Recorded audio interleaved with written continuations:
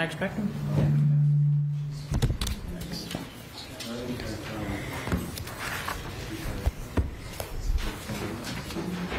Okay, I'm going to call our select board meeting of Monday, January 12th to order. It's now 7 o'clock. First order of business is state of the town. And school committee, if school committee is not Don't see any here. of them. Walking in. Okay. If they want to join us at the table, they certainly can. Any other chairs of committees can as well. So, agenda for state of the town this evening is, and Paris, please correct me, review and approve the final report. Is there any additional feedback? Is there anything else we want to make sure we cover in our time?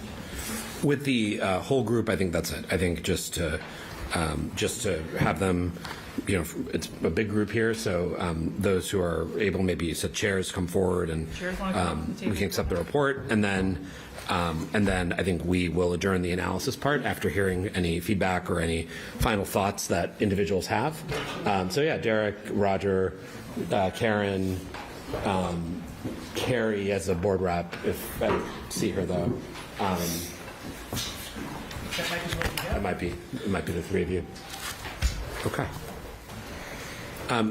So I have some thoughts that I would share, but perhaps others should go ahead first. If maybe we start with the select board, Michelle, and certainly we'll end with our at-large members if we want to just go call them on one at a time. Yeah. That's fine too. Okay. Any, I don't know, Bill or Anthea or Mike or Michelle, if you guys want to share anything, we were just to situate for those watching who haven't paid obsessive attention to this. We launched the State of the Town shortly before Springtown meeting. We really got substantively going in the summer. Shortly after that, in early June or late May, we've been meeting, intensively for 7 months. Most Fridays, or at least many Fridays, I think we all together had somewhere between 15 and 20 meetings. We've done, dozens of versions of the model. We've gone through 20 or so areas of deep inquiry that are summarized in the report. And we have done a bunch of briefings with both town meeting members and at least a couple of the public.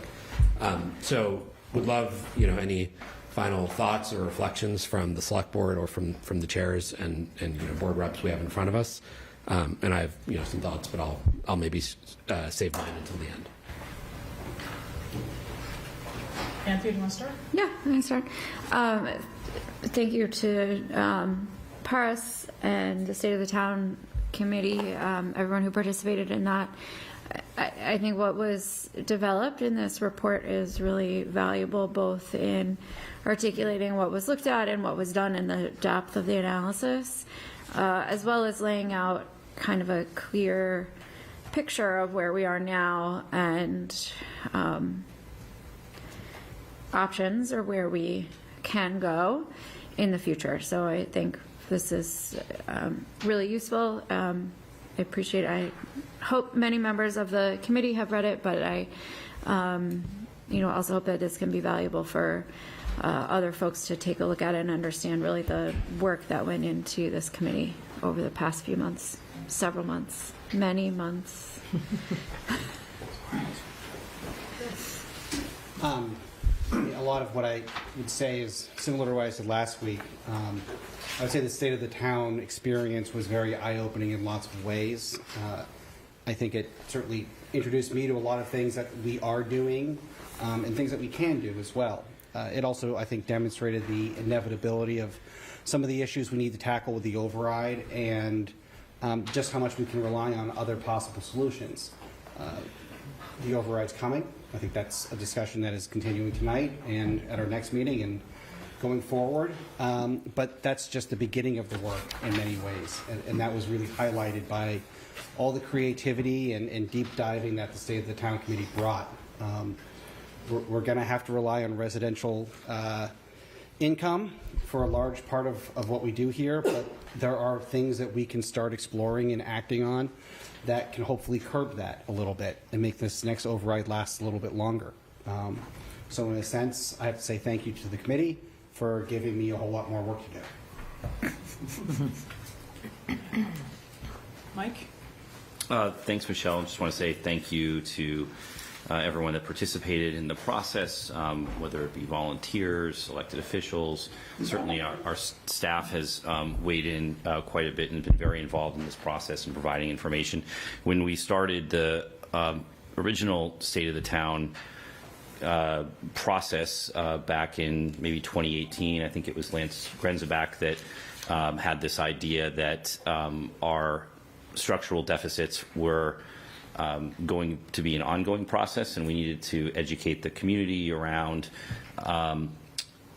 this not overrides being really a necessary part of our budgeting process. They're not a problem that has been created by somebody screwing something up or something happening negatively. It's just going to be an ongoing responsibility of us to communicate with residents and provide some options and some strategic alternatives for us as well. So I think that we've done that here, so I'm happy to have the conversation and continue to have it with residents as we look for a potential override, which I certainly support as I see it as necessary. So thank you, and thank you to Paris and Michelle for leading the charge here that we started several months back. Thanks. So I think the only feedback I have, I've weighed in on a couple of these things.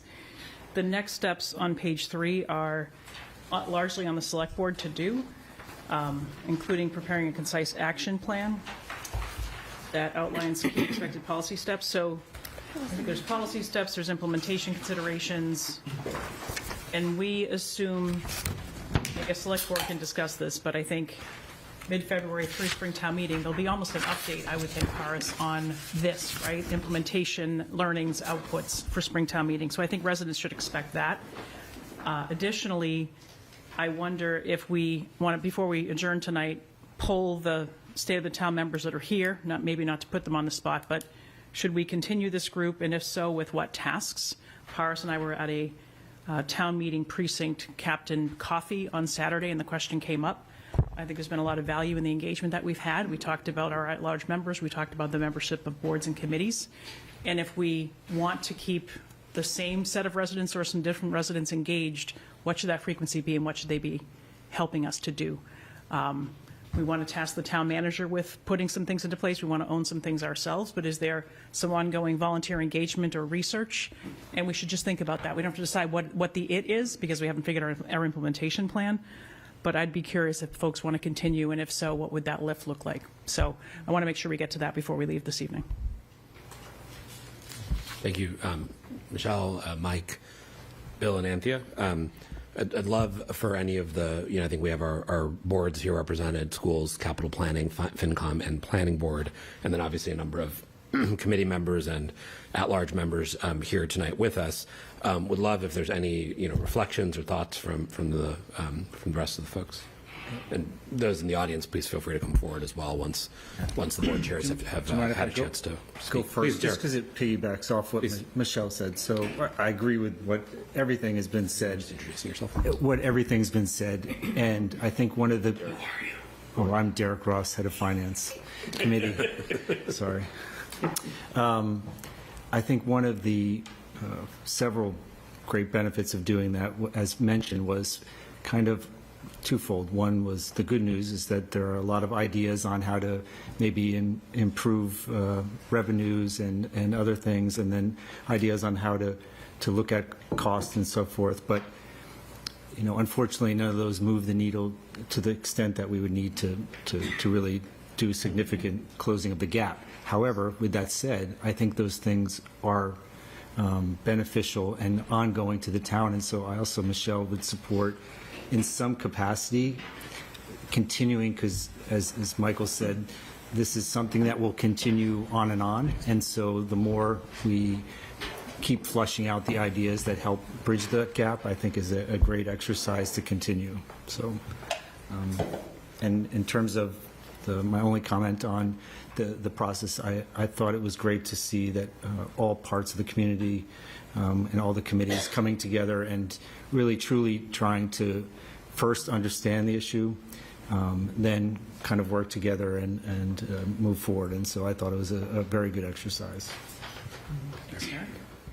Roger, you want to go next? Just keep grabbing that mic. Go down the line. Roger McPeak, Capital Planning.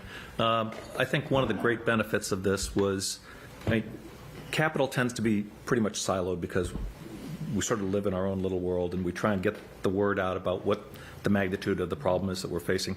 But then integrating this in with the operations side was a very good thing. I think that being able to present at one time all of the numbers that we see going forward and being able to advertise, if you will, to the rest of the community that more often than not is looking at the operational side, what some of the capital problems are and the magnitude of them that we're facing was really good. And then being able to put together a series of options for, unfortunately, you guys who are going to ultimately have to make the hard choices here, the political questions about what can we afford and how we're going to move forward. Hopefully that's been a benefit to you. And that's really the outcome, from my perspective, of what we put together here.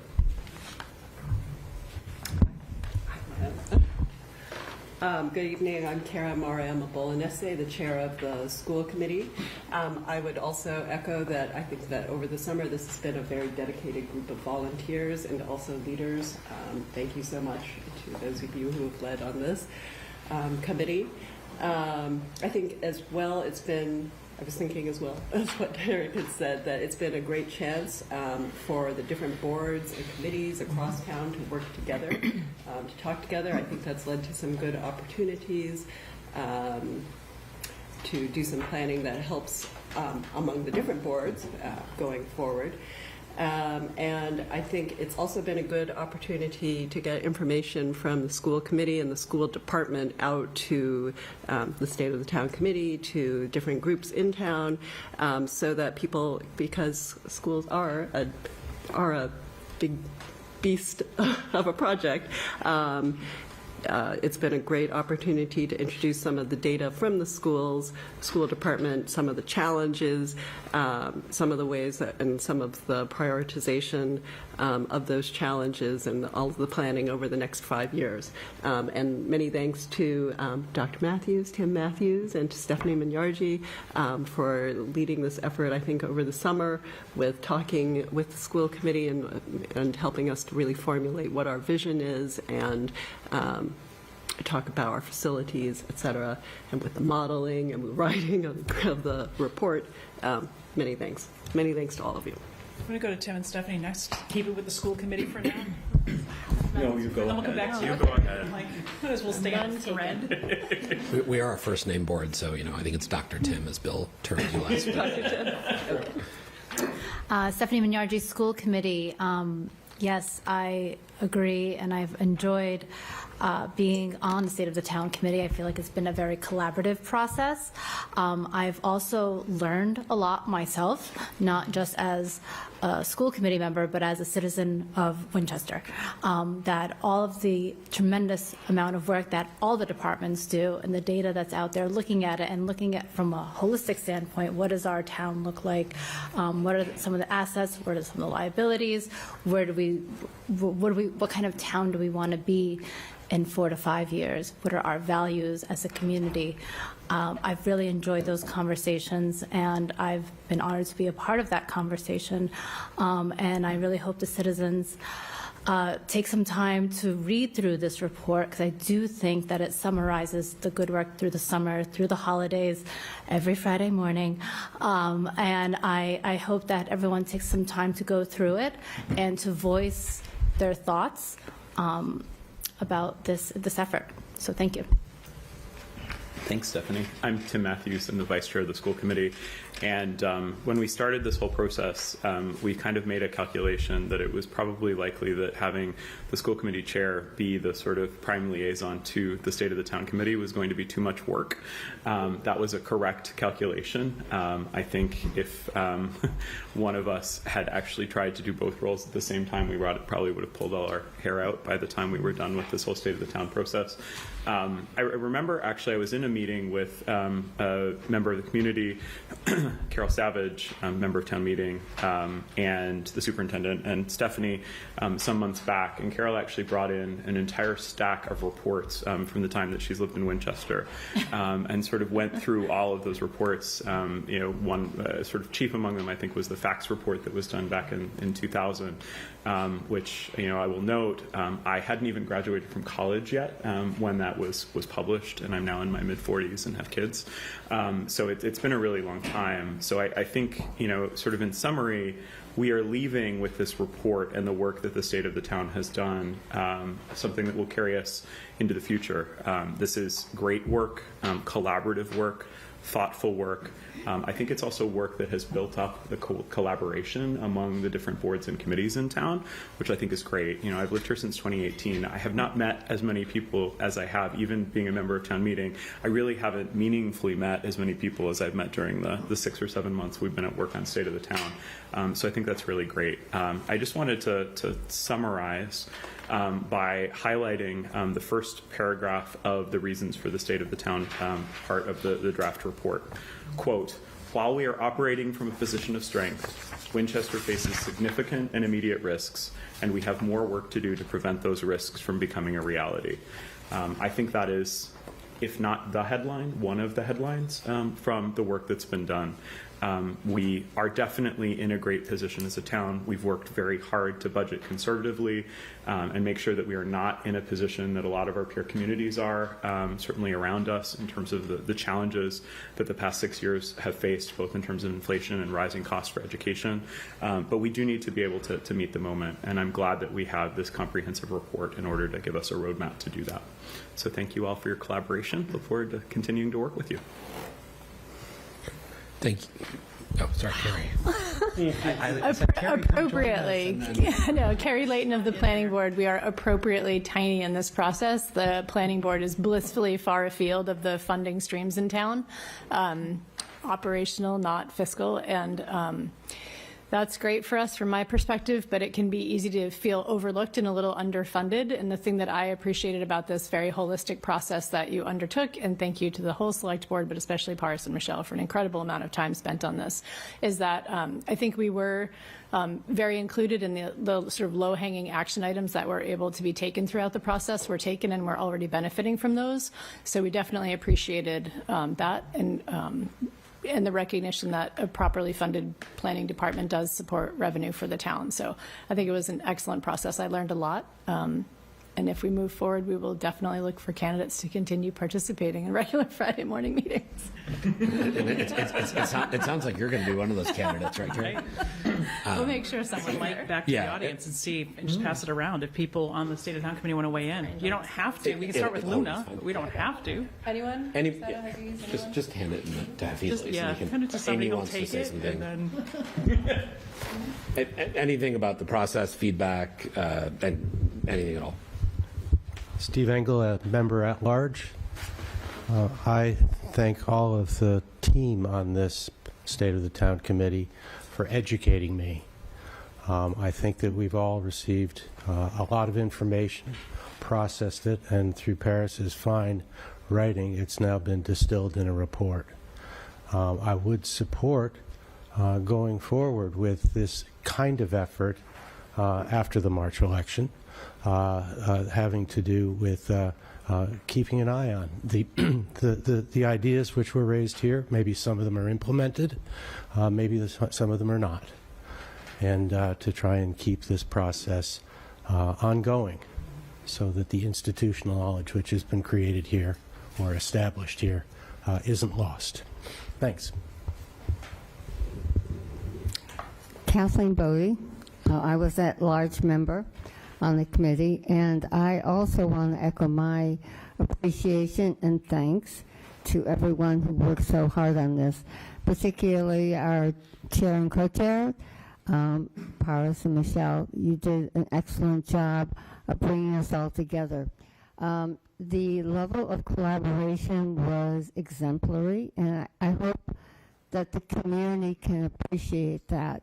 There was very little my territory, which is something that can happen when you're really looking at the finances of the town. As a town, we have gone through override processes before, and they have resulted. They've been successful at times. I'm hoping that that will be the case now, and that the community will appreciate how diligently and thoroughly this committee looked at finances. So thank you again to everyone who participated. I'm not actually a member, Brian Burnett. And I want to thank Carrie for stepping up on behalf of the planning board, which made our lives, or my life, very easy. So thank you very much.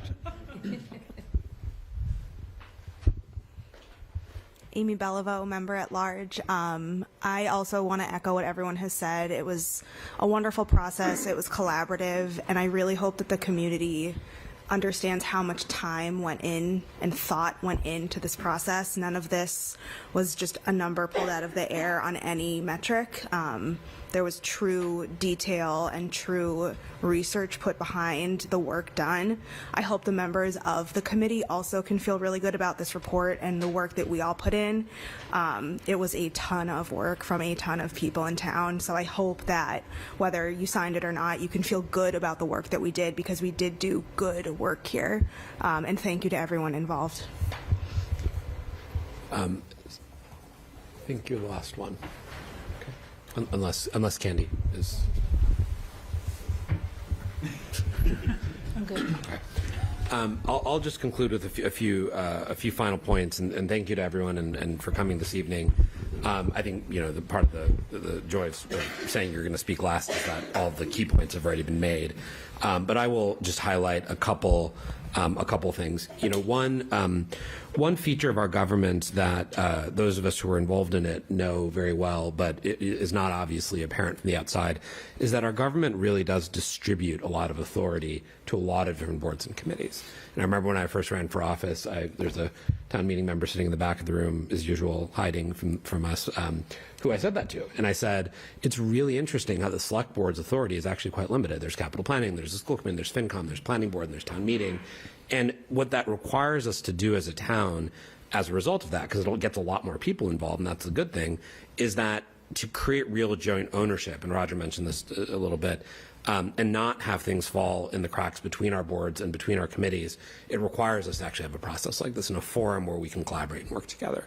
And I think that my hope is that we did a lot because we had an issue to analyze and we needed to do the work, but that we do keep a forum going really in perpetuity, not meeting every Friday during the summer, but to have some mechanism for us to have all of the people around the table. Because when we're dealing with an issue, when we're dealing with the Mystic School and it's under the school committee's jurisdiction, and the select board has the operating department inside, and capital planning has the knowledge of the asset, and FinCom has the reserve account we need to shore up the building, we actually all need to, and planning board has the authority to rezone assets, we all need to be there. And I think that we found that to be true in many cases, that having us all around the table just made for better decision making and allowed us to have real dialogue.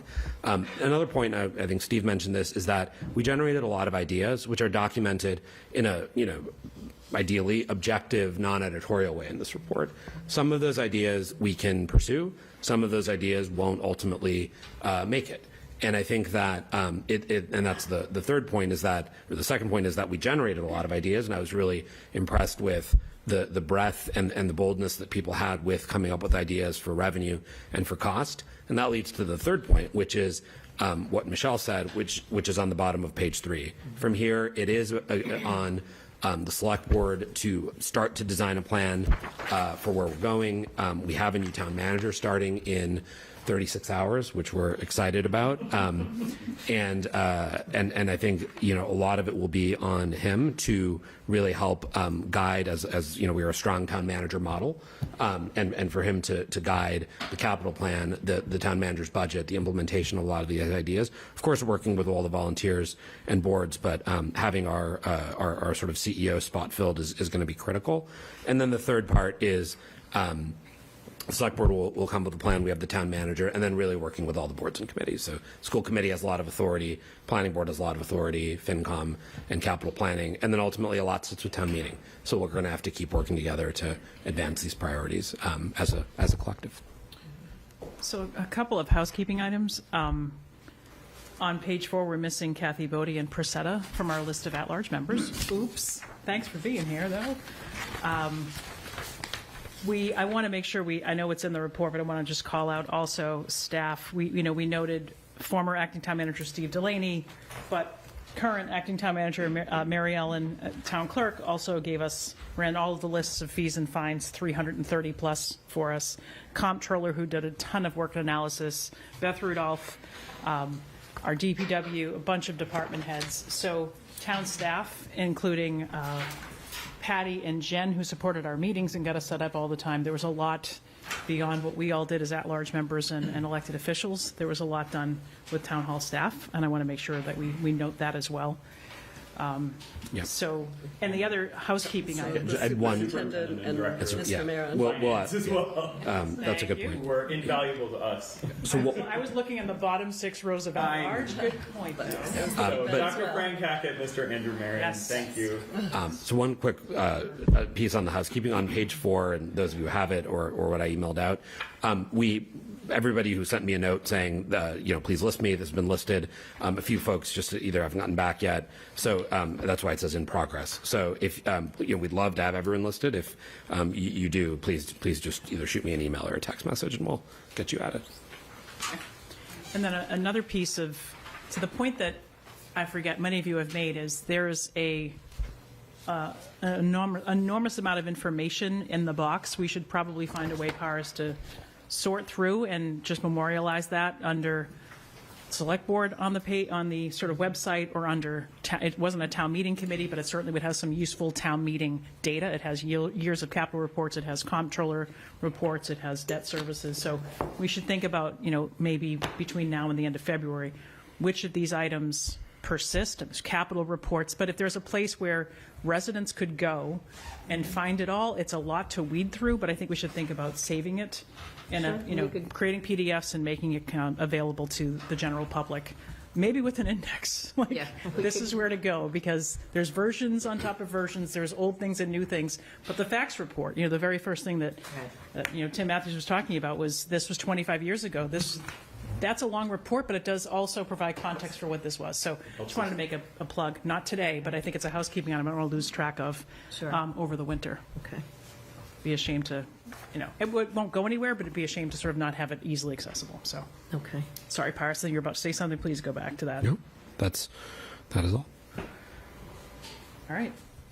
So for those who wished to continue to meet, which a few of you said, and Carrie, it wouldn't be every other Friday, but what frequency feels right if we were to sort of reconvene in March or like after the election, as Steve Engel suggested?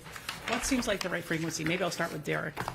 Maybe you're tasking like Luna from FinCom, but what is it? Is it monthly? I think monthly would be a good. I think monthly. Some nods with monthly. Seems Okay. I think before anybody gets put back on, I think you would have the option to opt out. I suppose you can opt out from within your own committees. You could put your hand down and not volunteer. You could tag your neighbor if you wish. The select board could always appoint new at-large members, but monthly-ish, okay. Other thoughts on what you'd want to dig into or sort of unfinished business? Like, I wish we kicked the tires more on this, or I wish we went deeper in that. I'm just curious. I definitely think the charter needs to change to be a more kind of separate itself from the kind of one-off, which was to put all this to paper of currently where we are, and then the charter would be more, looking at ongoing things as they occur and need through the town, and those, like we said, those could focus on revenue opportunities or kind of better. Giving clarity to some of the horizon expenses in one area or the other, but it's more just kind of an ongoing, it's different than the budget. It's looking more strategically and maybe a longer term perspective. And that way we can look at things with bigger time horizons. We spend a lot of time on like point things, which are, happening now or happening in the coming days. And this would be, the mindset would be still to have a little longer term look. I agree with Derek. I mean, I think one of the things that I'm mindful of, having gone through this whole process now, is that, I remember there's a former member of FinCom who actually said to me out in the community when we were with our kids at an activity, we really needed to start this much sooner, right? That this conversation could have happened at least 12 months earlier and probably been very beneficial to the town. I think that I'm hoping that on an ongoing basis, it's sort of, obviously, depending on the time horizon of the override, I think that's understandable that we might back off from that a little bit if we have a longer time horizon. But I think in general, we should always have a sense of when we're getting to an inflection point where we're getting to a significant or immediate risk to the town's financial health. And I know to Roger's credit, I think one of the things that we on school committee sort of took to heart from the sinking Titanic slide that was showed by capital planning was that it is important for us to make evident, to make plain to folks in the town when things are going to happen, not when we're in a moment of crisis, right? So I think as a school committee, one of the things we committed to is to sort of take that approach that capital planning had and say, here's a list of things we need to do. Whether or not all of them get funded in this cycle or not, we need to sort of always be looking to the next thing, like Derek said. So I think that's really important, and hopefully can prevent us from getting to a point where we ever have, like some of our surrounding communities, gotten to a sort of do or die moment where if more funding doesn't come in, there's going to be some really very severe consequences. Any other thoughts? Turn it back over.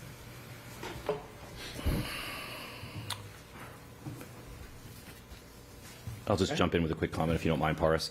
I think it will be helpful to keep the committee going on an ongoing basis. One of the things that we talked about the last day of the town committee was the kind of efficacy on the implementation side. So once we have an override, which I think will be successful, I hope it will be successful, to say the most important thing is that here we're doing the things that we said that we're going to do, right? So I think as things evolve over time, there's a tendency to say, oh, let's put money towards this thing and not this thing. But when we present to the community some options and we indicate what we're going to do with their tax dollars, we have an obligation to do those things, right?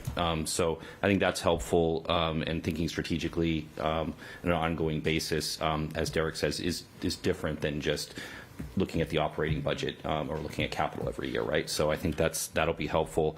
I think one of the real benefits through this process is to be always looking at communities in the Commonwealth that are in a similar situation. We've been hearing at a much greater level than before that everyone is struggling, right? That Prop 2.5 just doesn't do it for anyone, right? So we have the burden of having most of our tax revenue come from residents. We have very little commercial revenue, so we've always been kind of facing that issue. But now with cost increases, whether it be supply chain issues or construction or contracts, it's getting really tough, and the strategy is necessary on a regular basis rather than something that puts us ahead. So I look forward to, in some capacity, keeping the committee going. Obviously, the level of rigor that's been going over the past several months, it will be hard to keep that pace, but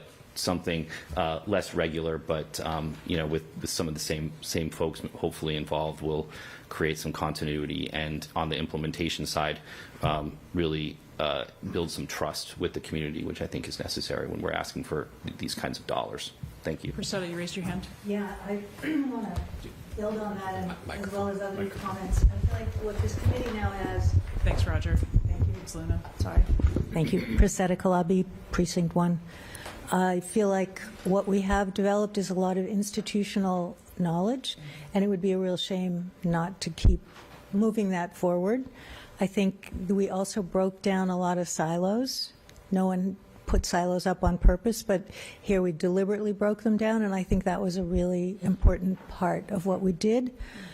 So it would be a shame to stop that. We're just getting momentum, and we can do more implementation. We might not know right now what we need to talk about, but it will come up because it always comes up, and we're more prepared than most because we've gone through this process. So that would be my thinking, and I think once a month is just about right.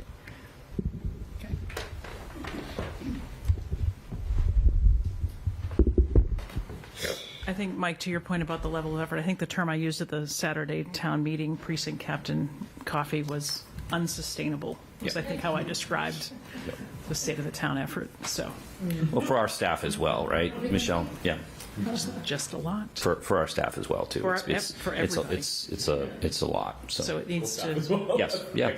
Everybody needs to slow down a bit, but I think there's a strong interest in not having it just fade away. So thank you. Minor detail.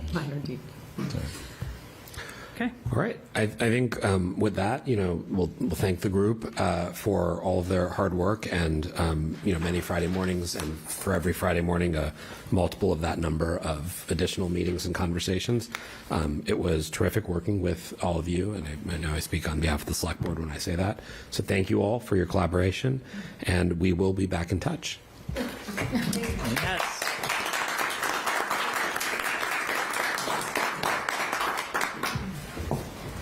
If you'd like to stay for the rest of our program, we'll just launch into regular business. I don't know where Capital thinks they're going. They're just maybe getting a donut different or something. share. Yeah, are you going to be going, are you on number 3 now? We're going to actually kick off our business agenda. No, you're allowed. And I will, I'll let these folks who are leaving leave. So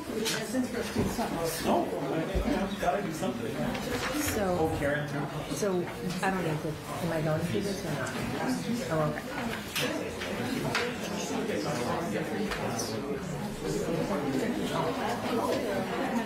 All right. So for guests that are still in the room, and I'm looking. Hey guys, we are still continuing. Still live. Hey folks, we're being recorded, so if folks that can leave can do so quietly, that'd be great. Is anybody in the room here for public comment? I'm willing to wait till 7:45 since that's when we said we would start, but no one. Okay. I might come back around if people join us between now and 7:45 because that was when we thought we would get to our business agenda. So at this point, though, let's start with. So Michelle, by business agenda, you mean then it would be starting with update? B, C, D, E, all the way through. Oh, got it. Our Okay. regular All right, agenda, got it. yes. Okay. Right.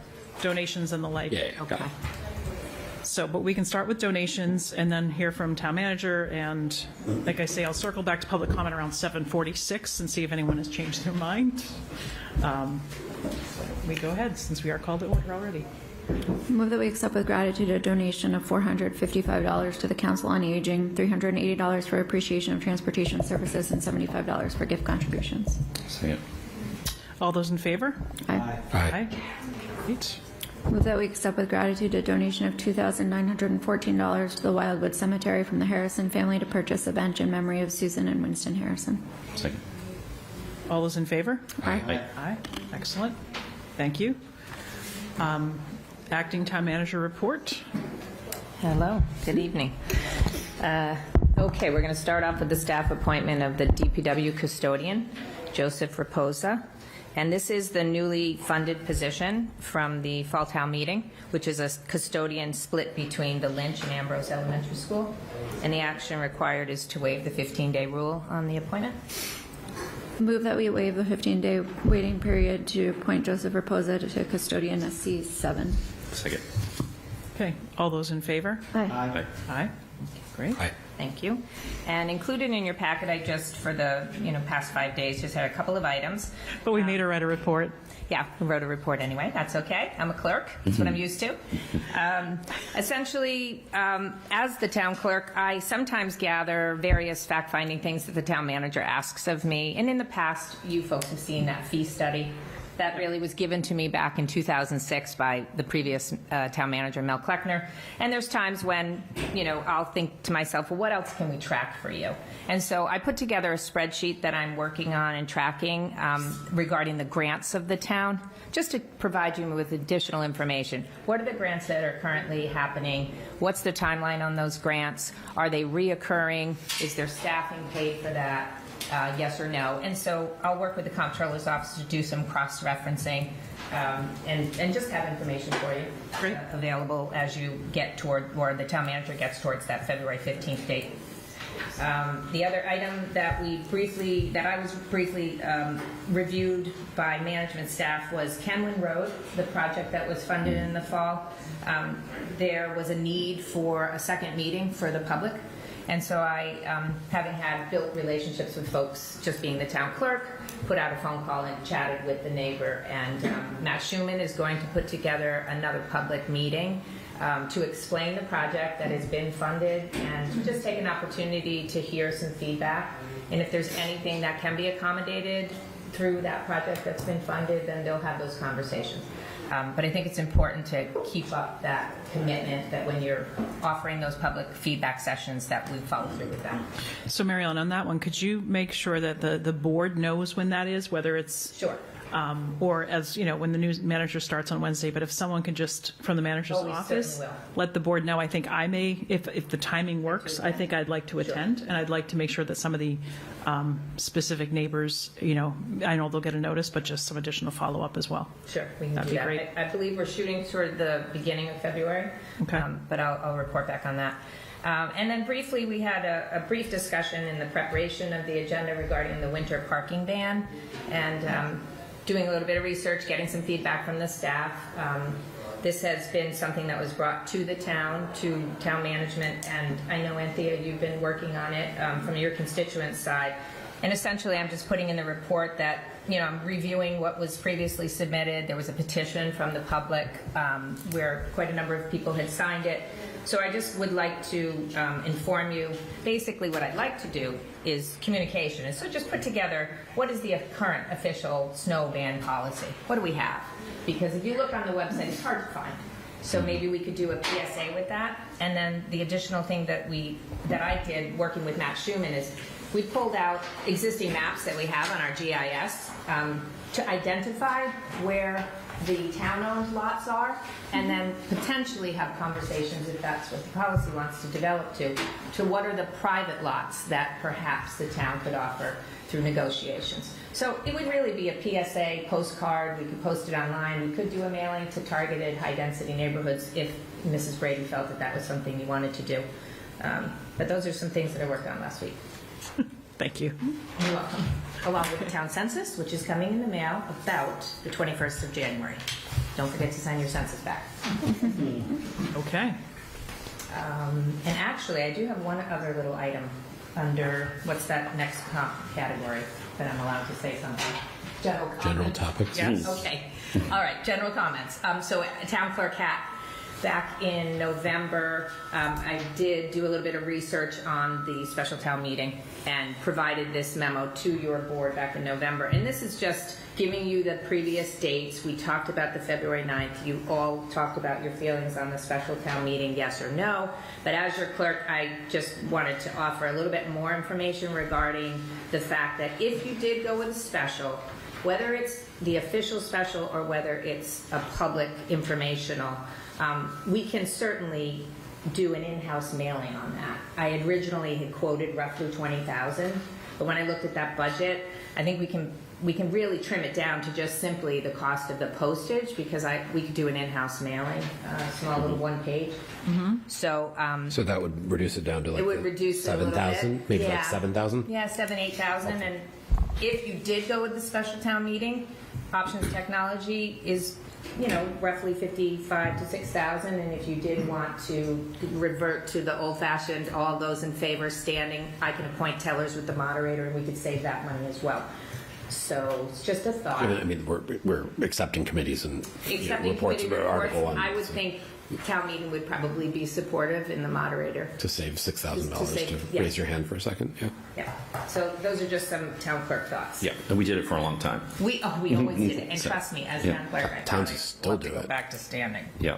So, Mary Ellen, with this schedule, Yeah. which I know we had sort of settled on February 9th, and it's in Pars's memo, it's here as well. But if we were to do a meeting as late as February 17th, is that It's after, vacation it's week? after the ballot question. That was the question I had. Right. Ballot question's February 14th. That's the problem with it. Okay, so February 9th is probably the last date. And it is school vacation week, both. February 9th is a Monday, so I mean, you could push it, I believe it's Monday, yeah. Yes, it is. You could push You it could to do it. Thursday, save a few days, if you want to. But if the select board is going to, so I think we actually need to have a real conversation again. Which, yep. It's on the agenda for special town meeting. It's number 2 under E. Okay. But I would say, so I think this is a super helpful memo. I would say though, then that leaves literally a day for us to approve a ballot question. Sure. Right. Yeah, I understand. Because I think the idea is we would approve the official question after town meeting, after a special town meeting. So Yep. Sure. So I we do think- Monday, we have 4 days. We do Thursday, we have 1 day. Right. So I think the 9th is still where we're at. So that was where I was going with the ballot question. So thank you. Okay. For all I of it. didn't realize you had that on the agenda further down. Sorry. No, that's okay. It'll come back around. Okay. Not a I'll problem. be here. Good. All right, it is officially now 7:45. Has anyone joined the room or joined the meeting who wishes to give public comment? If so, raise your hand. Okay, seeing none. We can now move into the rest of our business agenda. State of the town, we have 3 topics. We have a capital update, municipal wrap-up, then we'll review the model. We do have to make a decision about a special town meeting tonight. Maybe there's some additional questions that we'll go through, but let's start, I think, with capital. Yeah. Patty, there's an issue with the Not really. problem with me, probably. Sorry. No problem. Yeah, I don't know. That's just. Oh, is that the problem? Yeah, that's the problem. That'll be a problem. Is the phone going to ring now? Call It is. PEBCAK. Is it right? Yep. Welcome to Duo. Thank you. Does capital planning and the CCP want to join us at the table? Come on up.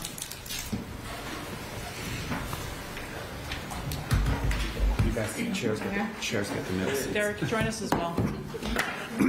You spent some years on capital planning. I think you've got a perspective too.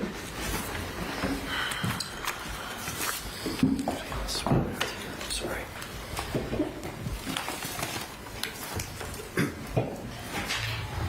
Probably should do this sometime.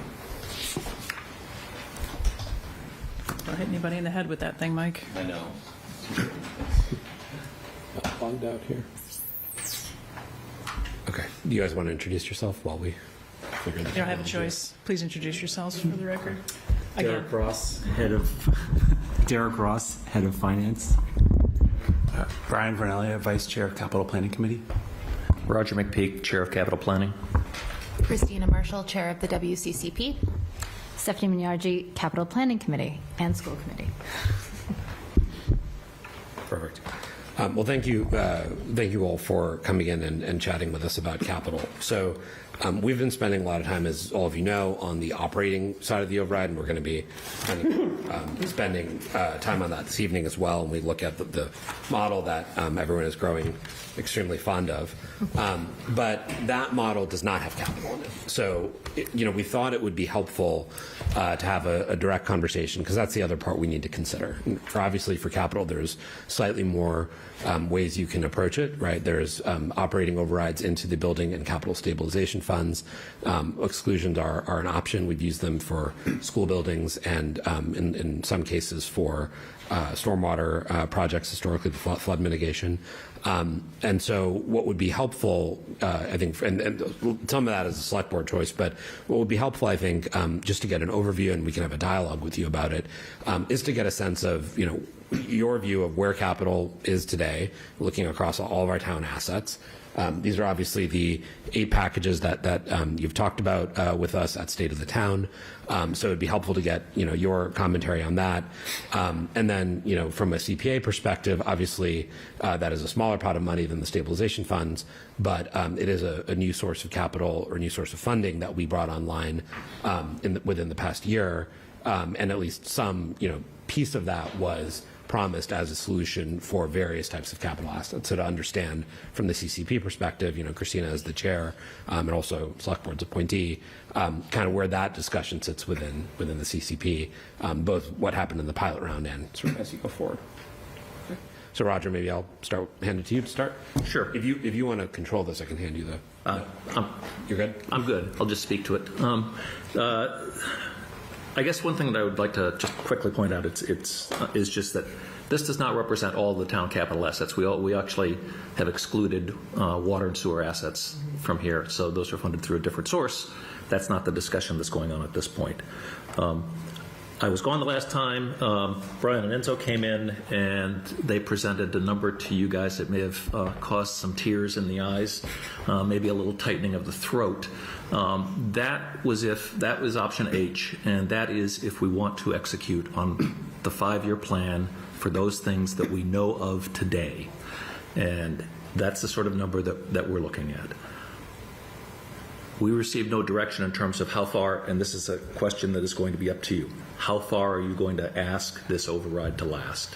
They're well over $10 million in years 4 and 5 that are out there. So if you're looking to make this last 3 years, that number comes down. If you're looking to make it last the entire full year or 5 years, that number stays there. That's clearly your consideration. Up to you. I will say we had a long discussion about this in capital planning last week, and the committee was quite concerned. You're going to make a decision somewhere in those range of numbers.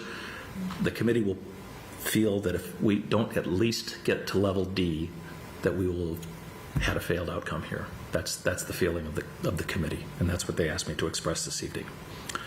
I want to give a little bit of history on why we're in this situation, and some of it applies not just to the capital assets, but also to the assets that or the problem that you're facing through the rest of the town. The last override we did in 19 came into effect in FY20. The funds grow at 2.5% a year, compounded annually. That has come up to 16% over the time frame from when that occurred. So they've grown by 16%. Some interesting numbers that we have. We all know about the consumer price index, the rate of inflation that we feel out of our own pocketbook. During that same time frame, the funds grew by 16%. The CPI went up by 26.8%. That's not really a very good model for us. So I did some digging, and there's another index that the government puts out called the Municipal Cost Index. And that is it's specifically designed to model the costs that communities are facing over that same period of time. It went up 32.2%. In other words, the funding levels that we had at the start of FY20 have lost a third of their purchasing value. There is yet another model that maps nicely onto the Building Stabilization Fund, and that's called the Building Cost Index. And we have certainly seen this in our projects over that same period of time, and it reflects replacing things like HVAC systems, roofs, the skilled trades that are out there. It has grown by 43.4%. So what does that mean? If you were to look at these things and apply them, and if you just took the Municipal Cost Index and looked at what happened to the Capital Stabilization Fund, because that's what's buying fleet vehicles and things like that and road paving, applied it to that number should have accelerated to to $4,600,000. Instead, it sits at $3,728,000. So we've lost a substantial amount there. Excuse me, that was the Building Stabilization Fund. That's $900,000 right there. The Capital Stabilization Fund should have gone to $3,724,000 to stay running in place. We're at $3,687,000. So we're $900,000 behind just due to the rate of inflation of these types of projects. And that comes after, thank you very much, you put in $400,000 in '24 for Lynch traffic. Now, of course, we immediately used a substantial portion of that for Lynch traffic projects, but it did go in. But we're $900,000 behind just trying to get to where we were. So when you see that we come forward to you and we say we need to at least get to 2.4 million, that's including $900,000 that we've lost. So, Roger, one thing that would be helpful to understand, you talked about the amount of capacity in the stabilization funds and how that has grown over time at that 16% relative to what expenses have been in the market. When you talk about what projects, therefore, it's the costs have grown like this and the revenue's grown like this. Exactly. And that's created a wedge. Exactly. So what projects, and you have them here, are at the top of what you would attack with any number on that page? And can you give us a sense of how consistent, because that was one question we had, are these the projects we know we would do, or are they illustrative? Because there's at least some sense that do the projects shift if we put 2.4 million in? What are we actually getting sort of done with that? Without a doubt, the number one project of the committee, as voted by the entire committee, is to renovating Town Hall and getting the HVAC project done. We've known for, well, the plans have been done for a couple of years for the HVAC system itself. We've known for 4 or 5 years that we need to do the windows. Our ventilation system in here is the fact that the windows don't close. And that's the only way we're getting ventilation. Gee, that post-COVID, we know that that's not a very good idea. So without a doubt, the thing that we've been looking at and trying to get done has been renovation of Town Hall. That is the voted number one priority of the committee. And has that been true for a number of cycles at this point? It's been true. We actually voted it this time around. It's been true for some time, but the number on it being around $8 million, we all just looked at it and go, we can't even consider it. That's just for the HVAC system. Yep. So, and beyond that, what are the other major priorities? The things that we can see that we can easily see. We just fortunately got half of McCall roof done. We know that we have the other half of that to do. We know that Ambrose roof is coming up, that we're going to have to get that done. We know that we've had for 14, 15 years a sick HVAC system that was put in improperly. The contractor putting it in went bankrupt during the construction of Ambrose, and it has just been a maintenance nightmare forever. So we know that we've got to be able to do that.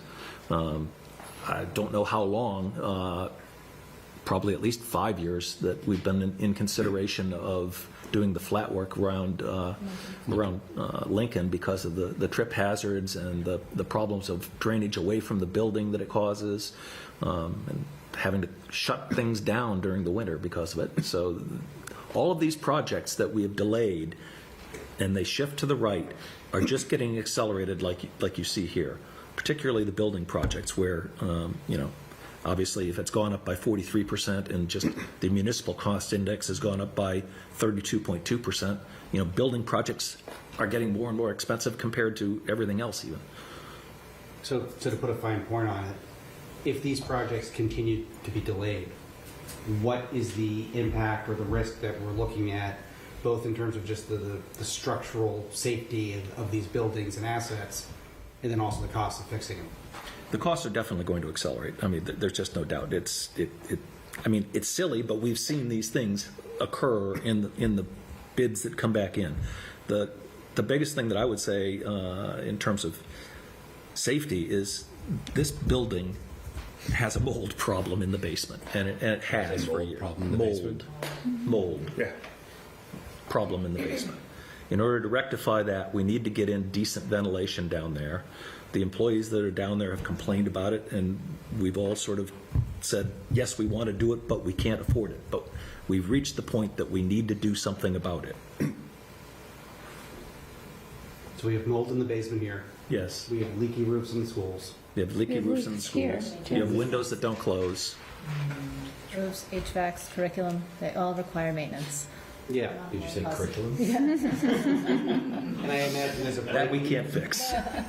There's a breaking point with any of these in which they become emergencies that have to be immediately fixed. Well, yes, and fortunately, we've got some great building guys. We've got so many of them, but that was the state of the roof at McCall for a while there, that we routinely had people crawling around with buckets of stuff that you patch and patch and patch and patch. Yeah.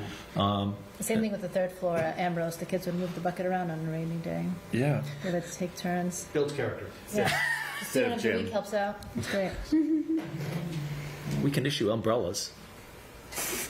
Or parkas. Or parkas. Once the heat fails.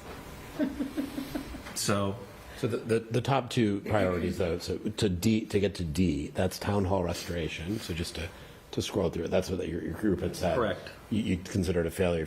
So that's town hall, HVAC plus the additional scope of ADA, windows, carpet, bathrooms. Because I think the idea being when you're opening it up, you sort of map out the deferred maintenance. Because that will also require us to move people about.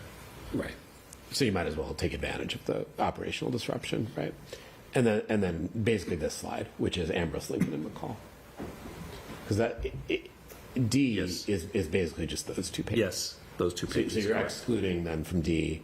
Library public safety is relatively small, $2 million, because it's just library windows and auxiliary fire station. I'm not excluding it. I'm saying that we're going to consider ourselves to. I'm sorry. So that's just below D. Yes, I appreciate you're saying H. Yes. The official position. I just meant the difference between D and H, and then safety equipment, and then major parks and playgrounds.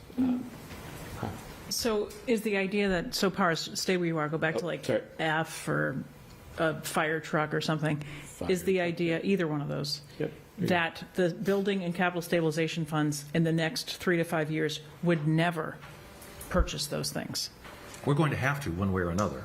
So then, if the other, of the $6 million that's coming in each year, would we not pick off something at the library? Would we not pick off a truck? I thought there was like a $500,000 savings going in to replace the fire truck. So, I mean, to say it all needs to be on a tax override vote sort of, I think, ignores the fact that there's a $6 million infusion into those funds every year. So where does that $6 million go then, if not to some of these critical items? Because 3.7 of 5 vehicles is not 5 $3 million vehicles. And we have, in theory, you might have a $250,000 vehicle that the CPC could fund, right? Yes, that's absolutely true. What you're also missing here, though, is that we do have debt on there. So yes, while there is that new amount of money coming in, we are servicing debt. Now, on the building side, the debt is rolling off. We just threw some more back on, much needed for library, much needed for this roof, which we will get around to. So we've thrown some of that back on and utilized some of that sort of debt that was falling off to put that back on. On the capital side, it's less heavily indebted, but there still is debt. As I said, you put on the $400K into the capital fund, and that paid for Lynch traffic. Some of that also got utilized creatively in these projects, maybe some of it for the windows. I'm not exactly sure where that went. And then we added on a little bit more debt from the capital side. But yes, and we have retained some money in anticipation of nothing happening. We got to keep fire engines out there. Even if we do end up with drips coming through the ceiling, the last thing we want is to not have a fire engine be able to respond to something. Yeah. And there's two other things I think you've said repeatedly. One is this is only addressing the next 5 years of the plan. That's true. There are many, many projects that are still not accounted for in that next 5 years, and they'll keep coming. And the other thing that you say over and over again, something's going to break. Things break all the time. And this is not accounting for something breaking. No.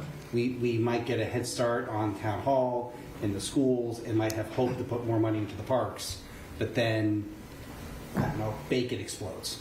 And the money has to shift to fixing that infrastructure. So, Yeah, thanks, Street.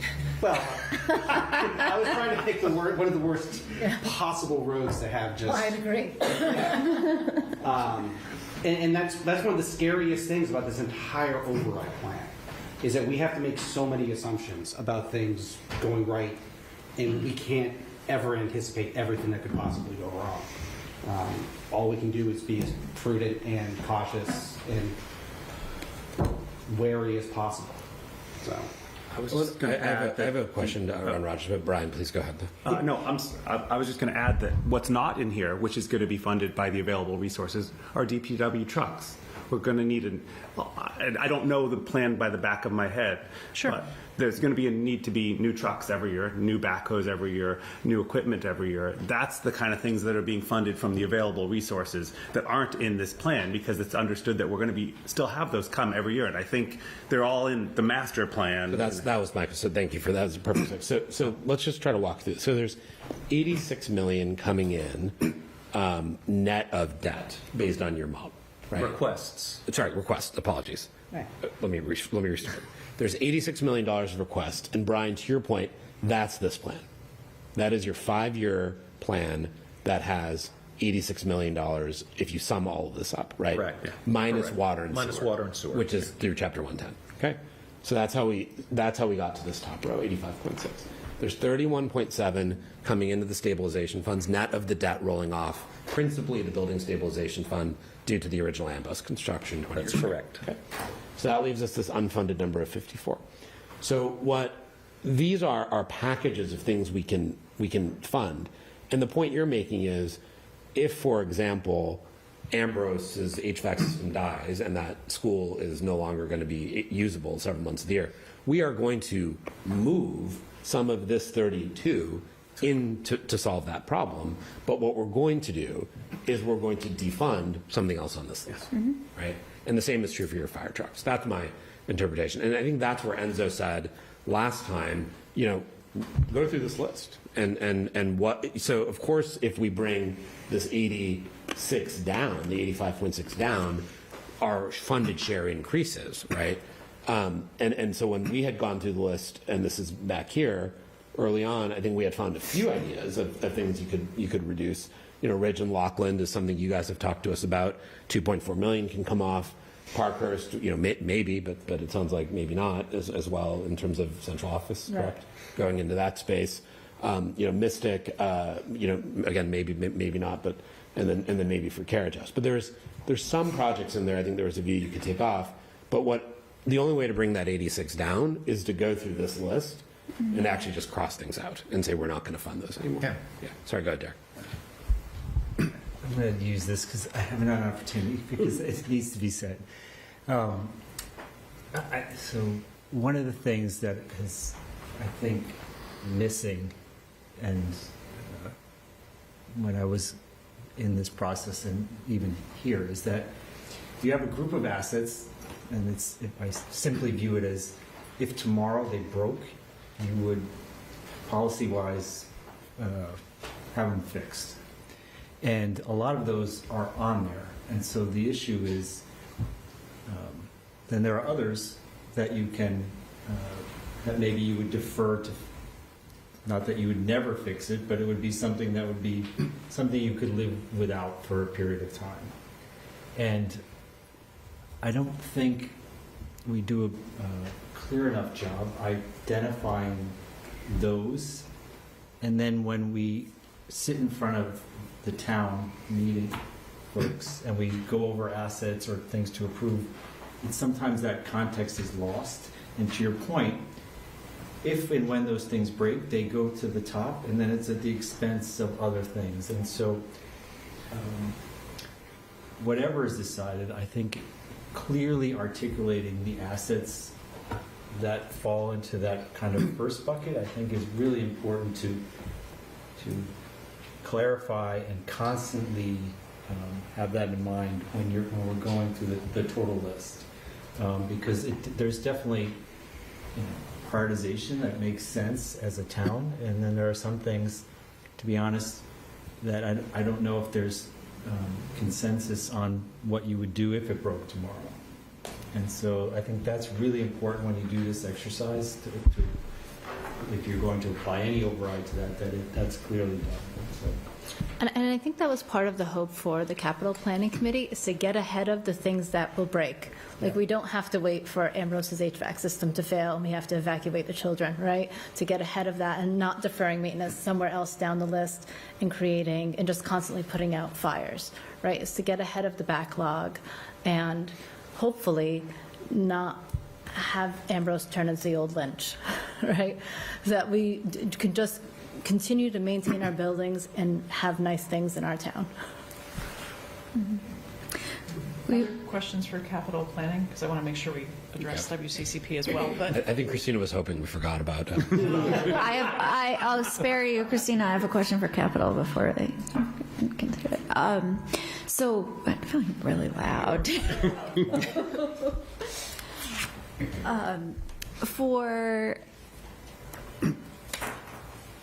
For things, we've seen town hall coming to the select board as something that needs an approach, and HVAC needs to be fixed and other pieces need to be fixed for many years. And I know that has inflated from at least double from when I first saw it a few years ago.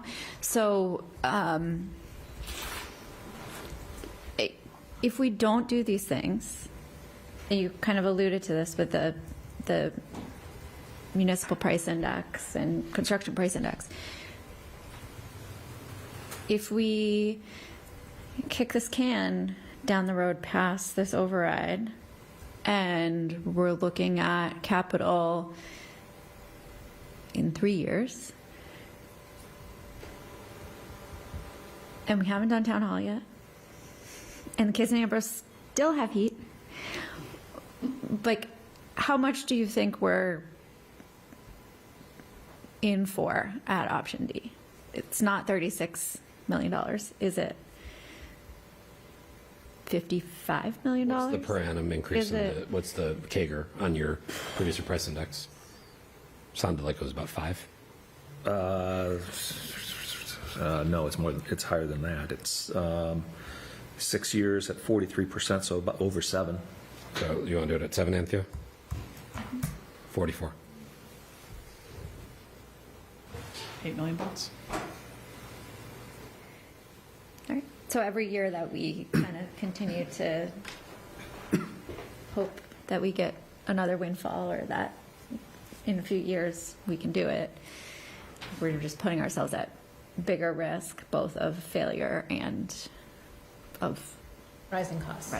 Yeah. Right. Mm-hmm. If I may editorialize a little bit, the school buildings have the school committee to advocate for them. I hope, this is editorializing, that the select board is the one that's advocating for the town hall. This is ultimately, you are the body that sort of oversees this, much like the school committee oversees those buildings. So we just come to you with the projects that have been brought forward by the department heads. And this is clearly the top project that we've identified based on what the department heads, who all report to the town manager, who report to you, have told us is the most important. So, And I don't think anybody at the select board has ever pushed back on town hall in any state of the town discussion or any discussion. So I think we should be clear that no one is saying don't improve town hall. 100%. I was. At every state of the town meeting, and when you all came to us probably in the spring. Yeah. But to the broader point, put town hall specifically aside, I think it's probably fair to say virtually every project in this list is either under our care and control, the school committee's care and control, and maybe there's a tiny bit that's Concom's, but it's almost 100% the select boards or the school committee's care and control. So it's one or the other. That's a more elegant way of saying what I tried to say. Should we want to switch to CPA? I just want to make sure if Mike has any questions for on the capital planning side of things. No, I don't have any questions. Just to Brian's comment, just to follow up. I mean, we don't necessarily look at which representative body has care and control of buildings. We look at priorities, and we look at what the need is, and then we go there. So it's why we've probably made a lot of choices to invest in the schools over town hall, right? Even though we definitely see ourselves as wanting to solve that problem as well. So I think that's probably why it's been pushed down the road a little bit, that we see kids as important. So but certainly the schools advocate for their buildings, but we advocate for them too. So Okay. So, Paris, how do you want to transition to CPA as?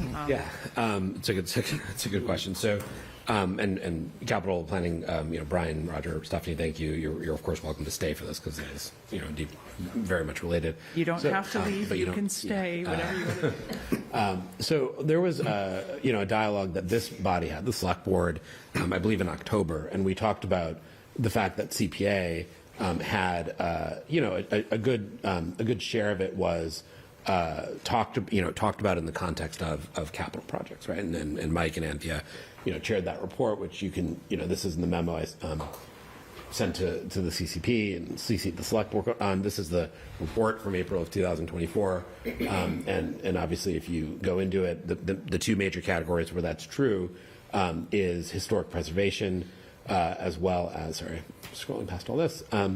This is all the background on the CPA, but under historic preservation. It's the Sanborn House, but McCall and Town Hall, Library, Lincoln are the first three projects listed, and then the other category is open space and rec, right? And so, which had a variety of projects listed. Affordable housing, community housing is going to be different. That can't really be used on town assets, not in the same way anyway. But certainly the open space and rec assets, there's a good amount of description of various, assets like Beauregard Beach. What's up, Anthony? Sorry, we were just looking at Leonard. Over there. And then, other things. So, preservation of the ponds, et cetera. Leonard, some of which are in the capital plan. And so we had a conversation, just to those of you, Christina, of course, knows this, but Roger, Michelle, myself, and Christina to say, how do we sort of get the will of town meeting? And that was feedback we got from the select board. I think all 5 members said they wanted to understand where town meeting is on this question of how do we think about, the $1.8 or so million, how much of it should go to help with capital versus for other things that CPA is eligible for, right? Open space acquisition, community housing, et cetera. And we had done this survey that we got, and it's up here, 55 responses out of 192. People picked a number right around 50 to 60%, mean or median. And then, your pilot round had achieved 33%. But if you exclude 160 Forest, which is in some ways a project that town meeting had tasked the select board and then the Affordable Housing Trust with, if you took that out, it was about 50%. So I had this long conversation with you guys. When was it? November, December? December 10th? December 10th. Well, great memory. On December 10th. Yes. I have the minutes in front of me. December 10th. Very, very well. And we talked about this as a group, and then your committee was debating that. And again, the select board had asked us to try to work with you to identify a number of town meetings taken surveys. We talked to you. And so the real question is, where is that conversation? How do we think about the CPA in this context, given it is, a more flexible source of money as well? Yep. So as Para said, we had this discussion. We kicked this off in December. It was a good discussion. We have come to no final decisions. I don't have a number to share with you tonight. I'm not sure I will have a number, but I can share that we are meeting next week on the 21st, partially to continue this conversation and partially to meet with our winning projects from last year. So what I can do is kind of give you all an update on what that debate felt like, what people were talking about, and what kind of the very broad ranges were. So we obviously have the report from the town meeting members that were, 50, 60%-ish looking to be used for capital programs. So that was helpful. Obviously we have appointees on the WCCP from all different boards and stakeholders in town, and folks from those different perspectives spoke up. For example, from the historic preservation perspective, there's certainly a lot in the April 2024 report on capital overlap with historic preservation. There's also a desire on the part of the WCCP to make sure that we're getting accurate feedback from everybody in town and making sure that, historic preservation is used for, everything that it could possibly be used for if it's capital.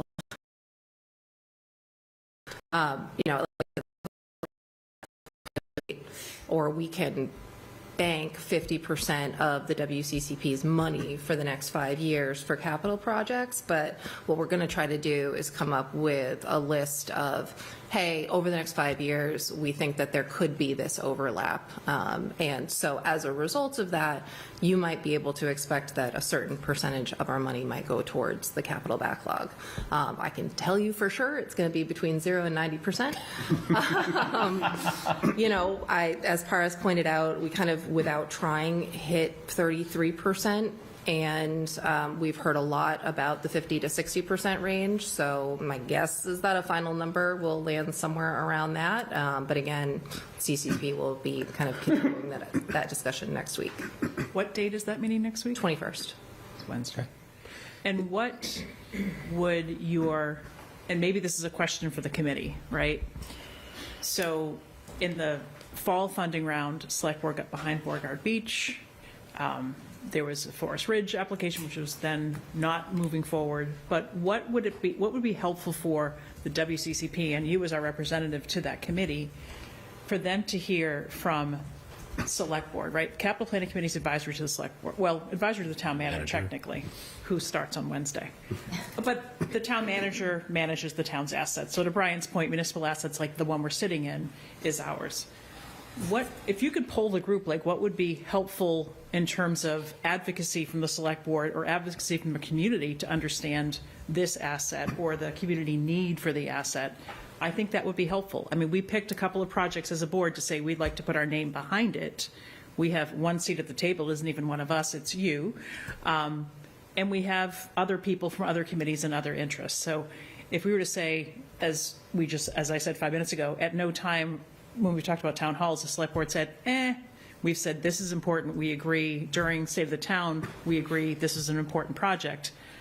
What's a good way to, without crashing your meeting, what's a good way to socialize that? Is that a pretty strong application coming out of the town manager's office? Is that people from the public or staff presenting at your meeting to understand some of the conditions? If you could maybe give us some feedback on that, I think that would be helpful, because even if we can't say you're going to have $400,000 every year, but we think the town hall is something we could put X over a 2-year span because it's an important, it's our logo of our town. That would be helpful, because that $2.6 million number that capital planning says could become a $2.2 million number if we think $400,000 could just go to town hall, period. So if you could give us some guidance on that, I think we can certainly rally the messaging. Yep. But I don't want to put you in a bind, but I also think it's an opportunity for the public to say, this is an asset that's important to our town, if this is what the board agrees. So, go ahead, Mike, please. Thank you. And thank you, Christina, for the work with the WCCP. It's been great, and you guys pushed through a very difficult first year, the kickoff year, getting things going, the kind of pilot year, so it was great. I would encourage you to invite Stuart Saganor from the coalition in. We pay for their service, and they are the ones that know the things, and they help us know what other communities are doing, right? So I think my understanding of the CPA is that it's the spirit and the intention behind the legislation is kind of ground up, right? So it's the community themselves are supporting and have opportunity to support different projects and assets. It is not top down, meaning the Select Board or the Capital Planning Committee says these are the things that we want done that we can't pay for out of our stabilization funds, right? That's the opposite of the intention. So I am a little concerned if we start saying we're going to carve out, out of those funds every year, X amount of dollars for top-down projects because I think it'll discourage the community from coming forward if those dollars aren't there. And we put a bunch of examples in the report there just to give people a sense of how we could facilitate projects, as Michelle was saying, a little bit towards Town Hall or a little bit towards Ambrose or to a roof. I think it's good to work that way. One of the examples that we used when we talked to Lexington was their library there. And they had a small debt exclusion for the library. They had some donations. They had some money from the stabilization funds. And then the children's library area was funded through their CPA process. And so that is kind of the gold standard of how we want to do things, right, is to not be the sole funding source, but kind of help facilitate to move things forward, to remove some of the whole cost of it, as long as it aligns with the charge of the CPA. So that's it. Those are my comments. Yeah, and relatedly, I mean, if you look at the list of projects, right, there's $350,000 that address capital projects. Pilot, you're saying? In the pilot? In the pilot, 14%, $50,000 went to a project that sort of tops the capital list. The remaining went to projects that I think may not have seen the light of day from capital because of other priorities. I don't think, like, the Leonard basketball court is not in great condition, but I don't know that Leonard basketball court would be ahead of Lincoln Chiller, tasers. Tasers are operating. What else we did in the spring, like, wouldn't necessarily have been above that. So while these are going towards projects on the capital list, they're also going towards projects on the capital list that are sort of community minded and kind of in a different So Anthony, can I ask you a question? Is that a good thing or a bad thing? Yeah, no, I think that's a good thing. But I think it's also, while it may go to capital project, like we may say 50% is going to capital projects, it doesn't mean that we're dictating that 50% of it goes to the highest priority projects that are on our capital list. They're going to, capital related projects that are there but may not have the highest sort of operational need to be functional and to keep the town running and to keep the heat and the lights on. Right.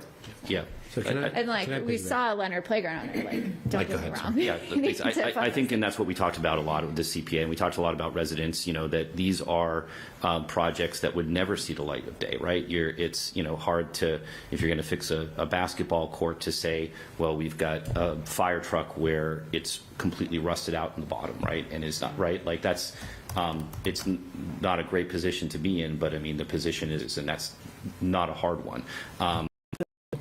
Public can benefit of. So just to briefly kind of to two of your friends, I think that the UCCP, at least was that there's actually a amount of funding because we're project and because we vote on project on the amount of funding, but just how it works in the pipeline was that a lot more palatable, a significant of the UCCP to the basketball courts. It was a little bit to envision this is how this works in the stabilization fund. Those are projects that historically, to Andrea's point, don't get funded. To Mike and your committee member, I won't out him, to their point, these are quality of life projects. So maybe that's the way we sort of squared the circle here. One way is if CPA can really help with a lot of those projects that would not have others gotten funded that are quality of life projects, but then they come off of the CSF, then that is helpful, obviously, as well. So, and it allows you projects because they're $5, they're not $9 million.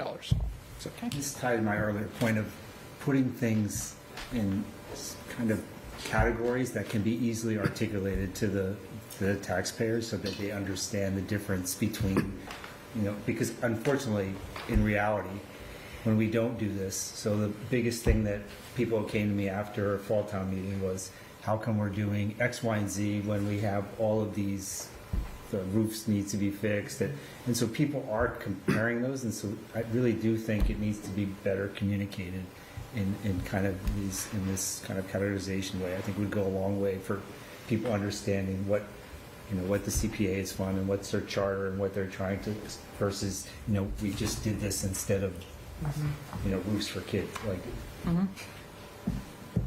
Okay. Any other questions for anybody capital related? I appreciate all of the comments. All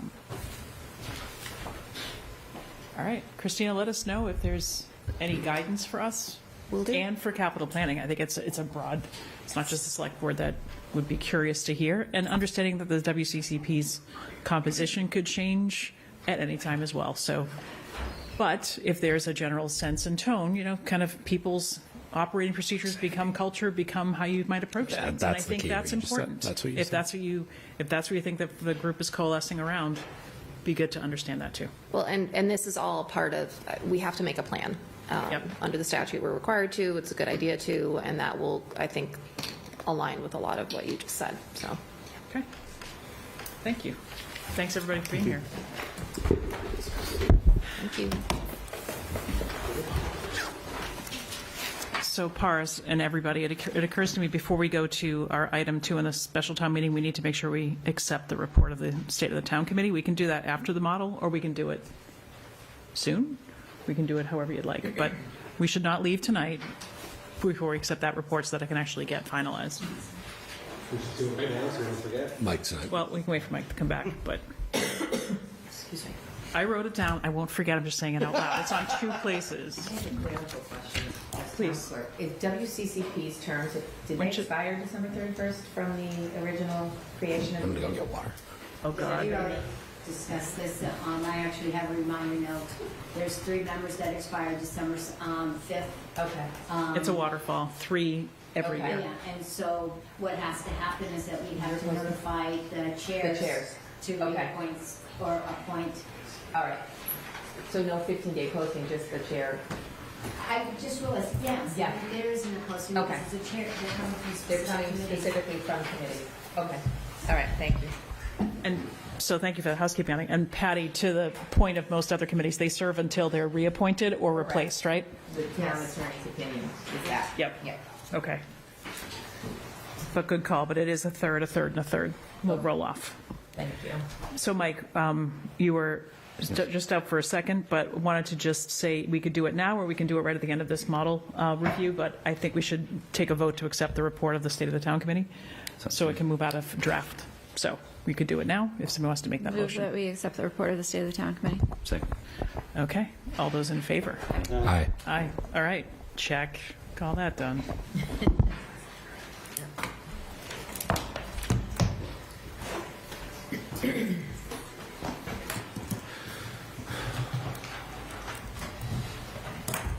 Apologies, I'm going to move seats for this again. It's just quite hard to operate at that length from behind you. Yeah. Hi. What's going on? Good to see you, Bill. You too. All right. So, Michelle, the next and I think sort of last part of State of the Town for today, well, let me reframe that. We have to talk about February 9th as well. So, yes. So putting that aside for a moment, from an analytical standpoint, is to review the operating model update. So this is the operating model, which everyone is growing to love.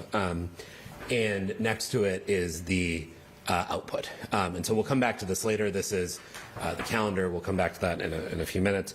But what I wanted to walk folks through, and the select board has it on their table, which is the revised output. We obviously keep various scenarios going through it, and so I spent, just to kick it off, a good amount of time with Stacy, as well as a couple of others last week, Stacy, our comptroller, to make sure that the assumptions are in good shape.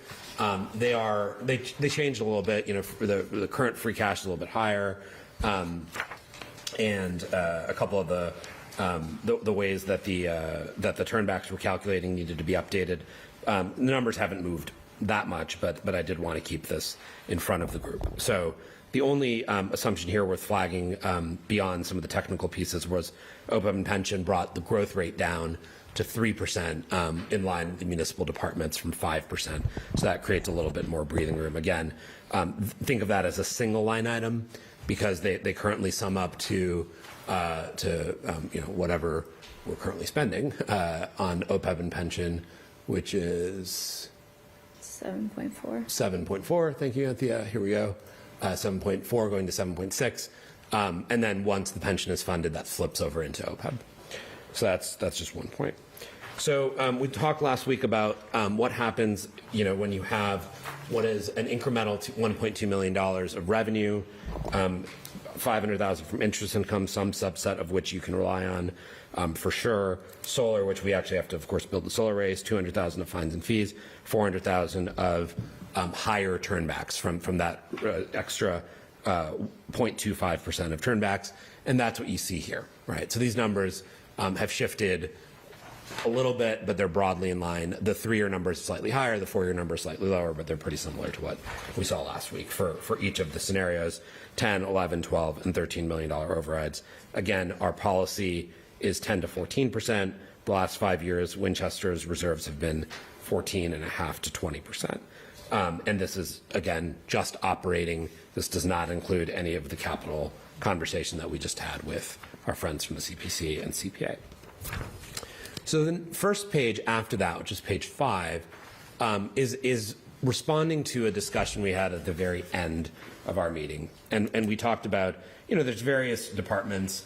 If you look at the strategic additions in the model, there's various departments for which we discussed the idea of strategic additions. And in some cases, we are not, we've budgeted, for example, for a assistant facilities manager in years 2 and 3. We've budgeted, for example, for, coalition funding beyond the Cummings grant, or supplemental funding. And so you can sensitize that a variety of different ways. What I did, just for the sake of simplicity, because there's enough complexity in this as it is, is I said, what would happen if we wiped out all of the asks from library, health department, and the DPW tree warden? So library had the DPW tree warden, everyone knows. Health is these numbers here, and then library is the upgrade of the custodian and the young adult librarian. I'm not saying that's what, in point of fact, we would change, but I just picked 3 things to get us to $150 to $140 to $220,000, saying that there's a chance we may not need certain things or we'll choose not to add them. Now, there may be things we do want to add, though, so it's worth keeping in mind that point. But what happens if we sort of pull those out? And it would take the share of our municipal asks that we funded down by about 10 percentage points. So what does that do to our bottom line, which is our reserves? It increases them on a 3-year basis by about 0.5%, and on a 4-year basis by about 0.8. So it does help if you model, something in the realm of 140 to 220 of savings. Okay. So the next page is, again, these are all just different ways of looking at it. So I showed this last week. What happens if we add that 1.2 million that we showed before? What happens if we showed an additional $500,000 of revenue to be included? And so when I went through the model, and you'll see this, I should have added the note here on page 6, but the select board can see it on page 8. The transfer station commercial rates were about $500,000 per annum. That's a 50% increase, by the way, in the rates, but that's what it would be. And then OPEB cost sharing is about 1.4 million, about half from Plan B support and about half from supporting our retirees at 70% versus 50%. Again, not certainly something, either of those, that's particularly easy to touch. But if we did that, we would have 1.7 million of additional incremental revenue or cost savings, it's one and the same, per year. So what happens in that scenario? So hang on. Yes. So total 1.7, 500K, just the 500K of transfer station and OPEB. So it would be, so if you did transfer station commercial 250 and OPEB 250, Yeah. right? That gets to 500K. Totally. And persists. And that's recurring. Yep. Yes, and, yeah, go ahead. Yeah. Paris, can I just make one comment? Please. The pension is kind of set at 5% for FY27, so if you wanted to do that to 3%, we just have to shift to 28 or 29. Yeah, and for 1 year, it wouldn't make a big difference, right? Because this is the recurring. Yeah, it's a good catch. Yeah. So, and yes, Michelle. So you could get different ways to the 500,000. You know, again, the interest income, we have 500 in the model, so this takes it to $1 million. The additional 500. I think, you know, in my conversations with Stacey, I think you're comfortable relying on some of that, not all of it, though. Maybe less than some of it. A little aggressive. Yeah, a little aggressive. Well, Some of this- how aggressive and I mean, if we're going to add 1.2 million to local receipts, we need to find out which line items we're talking about. I can't read that from here, but. Yeah, so this would be, again, we're showing what would happen if we got, you know, the additional $500,000 of interest income. So that takes it up to $1 million.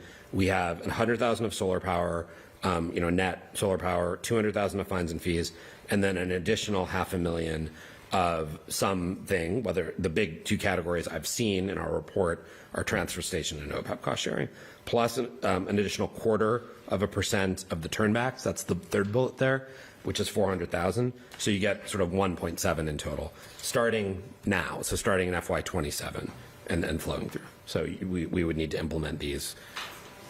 So the turnbacks would be a free cash funding because that's happens after we close it. Correct. Yes. Yeah. I think you're about to show us what the impact of this is. Yes. But what I'm just trying to get from Stacey right now is what's the likelihood we could actually achieve this 1.7 number that Paris is about to show us? I think $1 million for interest income is high. The likelihood is low. Maybe 500, maybe 700. It's difficult to say with that line. So just to be clear, we've had some real healthy interest income years, the last 3 years. We've also had a lot of extra cash hanging around, and the market's been great. So those were happy surprises? yes, definitely. I'm just gonna Why don't you come to the table? I'm just going to leave this. Come to the table. Stacey, why don't you come to the table? So, and I just want to be clear, when it says 500,000 of interest income here, there's 500,000 in the model already, so that would be $1 million total of interest income. Right. It's an additional 500,000. So you might be comfortable saying, make that an extra 200,000 to 300,000, not an extra 500,000. Yeah, and I think seeing where we close FY26, which we're not going to know that obviously now, Right. because we can't inflate our local receipts over what we've collected in the previous year unless we have something concrete, some changes that are actual, they're going to come up with some extra revenue. Like transfer station fees would do it if we had a concrete plan, if we're going to increase. Fees, we need to define them. What fees are going to bring $200,000 in? I got a list. I just need a town manager to implement. $200,000, good, okay. Yeah, I got 13 that got us 50K. Stacey will take it. So, yep. And then the turnback. So this is 1.7, right? So I think it's fair to say, you know, this would be a pretty aggressive scenario. But let's just talk about what the numbers show us. So that's what you have here on page 7. And for everyone's sanity, I kept the left-hand side, which is the original from, you know, the original 1.2 from page 4. On there, so people can just compare them side by side, so you don't have to toggle back and forth. So what you're seeing is on the right-hand side, and so, for example, you have, you know, 0.6 increase on the year 3, you know, 10 million, the 11.3 versus the 10.7. You have 0.9 increase by year 4, so it helps, right? But 1.7, you know, takes a lot to get to that number. But that's the impact of it, and then even then, sort of by. If you do the largest override we have on the page, which is the 13 million, again, just operating, then it gets you to the 10%, okay, by year 4. So the last thing I modeled, I wanted people to see this because we talked about this as well, and we talked about circuit breaker with some depth if people want. I do see 2 school committee members who I'm sure do not want to talk about this with us right now, but maybe they will, maybe they do, if we have any technical questions. So what we did was I had a conversation with Frank Hackett and with Stephanie Mignardi, who set it up, to talk about some of how circuit breaker would work. I provided the findings of that in an email with Michelle, and we can talk about it more here. But what would happen if circuit breaker comes in, it comes in annually, it's used to defray the special education costs, and it was a concept Michelle had raised last time at this table, so I'd done that work. It comes in annually, it's used to defray the special education costs, and then what we don't get from circuit breaker, the federal funding from IDEA, we make up in local resources. So what we do is we use last year's circuit breaker to pay, the current year, and that's the approach they've done. If there is a way, I'll just say in the note, the schools say this is a one-time pull forward, not sort of one-time cash that has been found. They would characterize this as just pulling forward money that they're going to need, and then inflating the amount they're going to need from the local taxes just the following year. So I don't think they're, I'm going to say this just very candidly, I don't think they're comfortable with this, but I wanted to present what happens if you did it. So 1.7 million, I'm using that higher number of the 1.7 of incremental revenue and 600,000 of one-time revenue. And so that is what you have on page 9. So again, I've kept the left-hand side as the 1.7% for people's sanity. The right-hand side includes that 600,000 of incremental revenue. It adds sort of 0.3 to 0.4% to our bottom line, right? Depending on which cell you choose on strategic addition. So 11.3 becomes 11.6, or 12.3 becomes 12.7, or 14.5 becomes 14.8 in year 3. Yes. Does it matter when that 600,000 comes in? I did it in FY28. Thank you.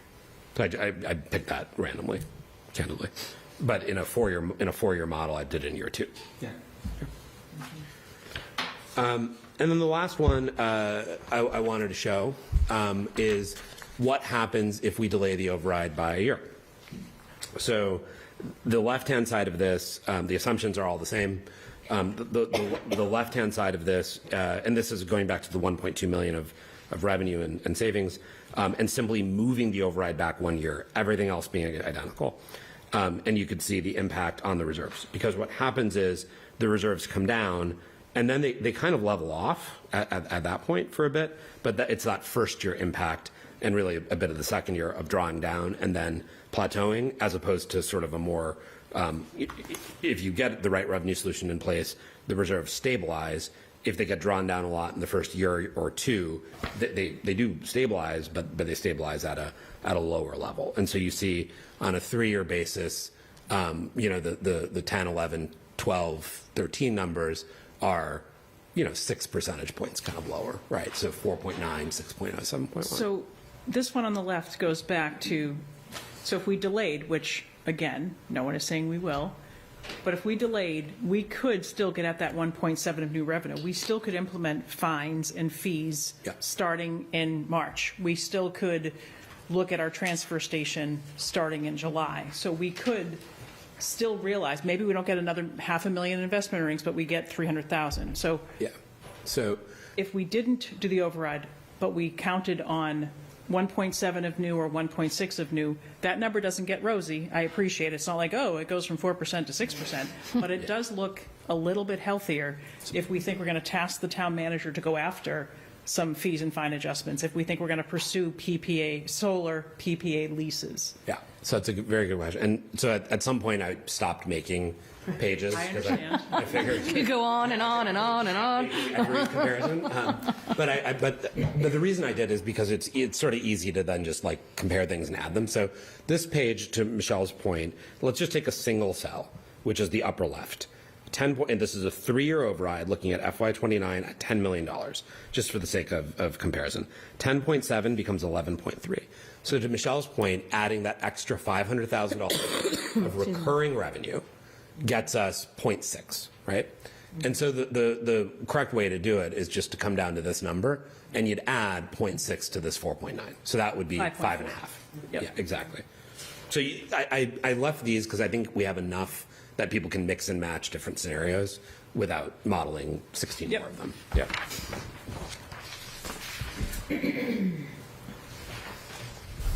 So anyway, that is the end of the math. People have reactions to that.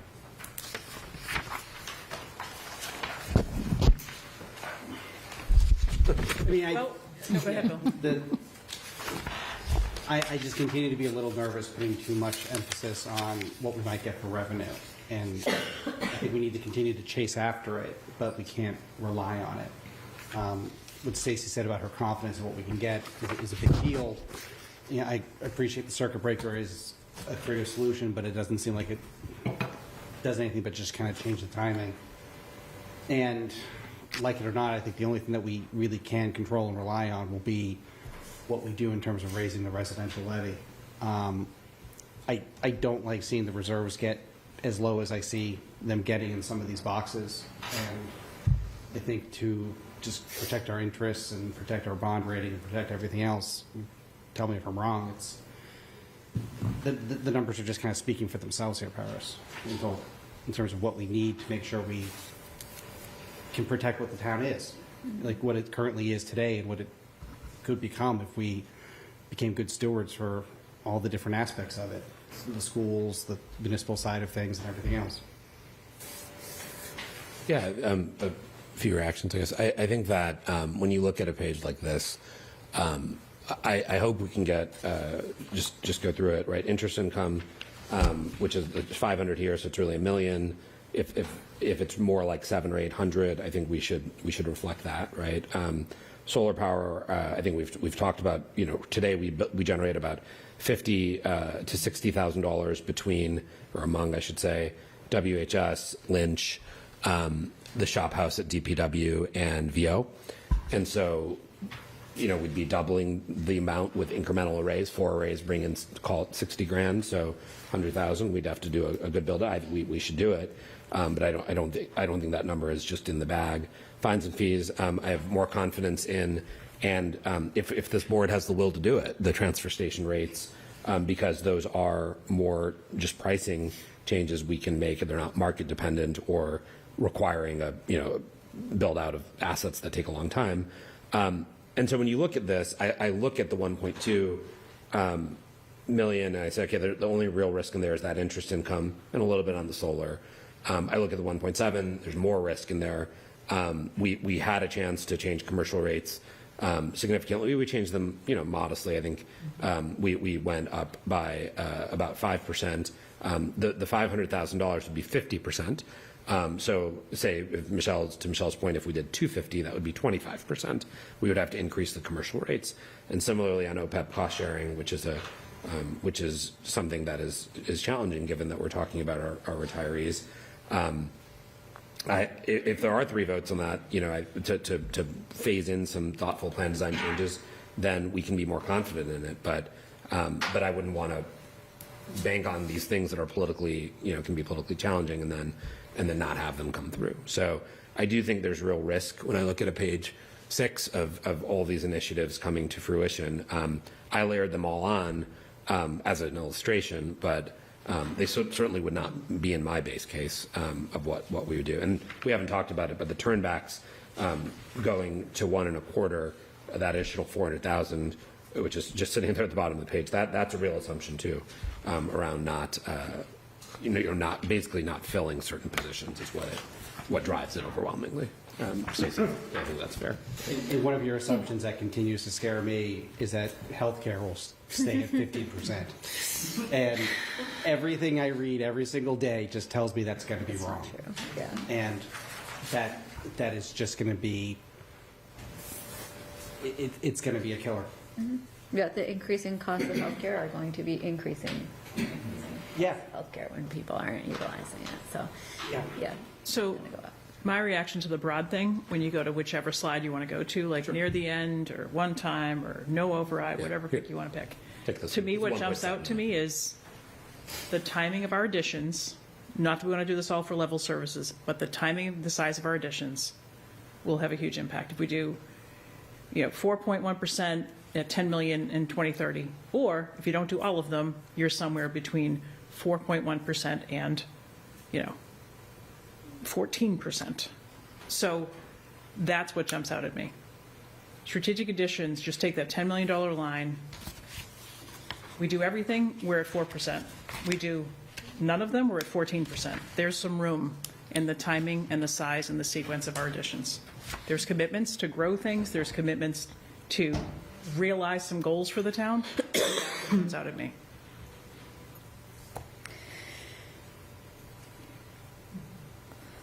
I think you're correct that we would need to, dramatically, I'm trying to pull it up here, scale back, right? I mean, the biggest way you get this to extend is you don't do the additions, school right? budget, isn't it?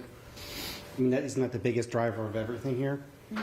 So that's what I was trying to get at. So the school's budget, if you look at, by the way, this does include, just so people know, this includes the WinCam subsidy we talked about last time.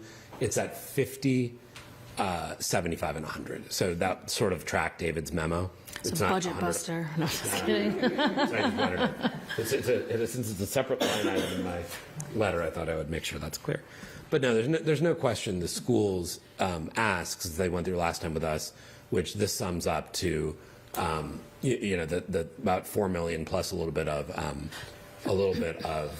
fringe factor. The Frank and Andrew had given a view on a certain number of people are going to be benefits eligible. So we use 20%. It's a pretty rough fringe number, but it's, if anything, probably on the low side. So that is the driver. I mean, that is the biggest driver by far of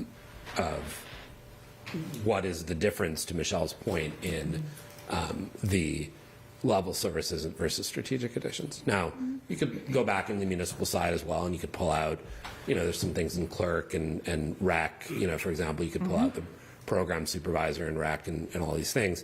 I guess the question is, it's not, I mean, those items aren't going to move the needle nearly as much. And then part of it is like, I do think the select board and the school committee talked about these things pretty carefully, right, to decide what we were adding or not. These are all going to be subject to town meeting appropriation, but I think it's easier to just say, we just won't do the additions, or we'll do a subset of them. It's a lot harder to identify which ones. And when we went bottom up, we prioritized about half of the municipal ones. I think schools prioritized about 40% of theirs, right? And then, we'd be cutting below that, right? We left 50 to 60% on the table. We'd be cutting below that.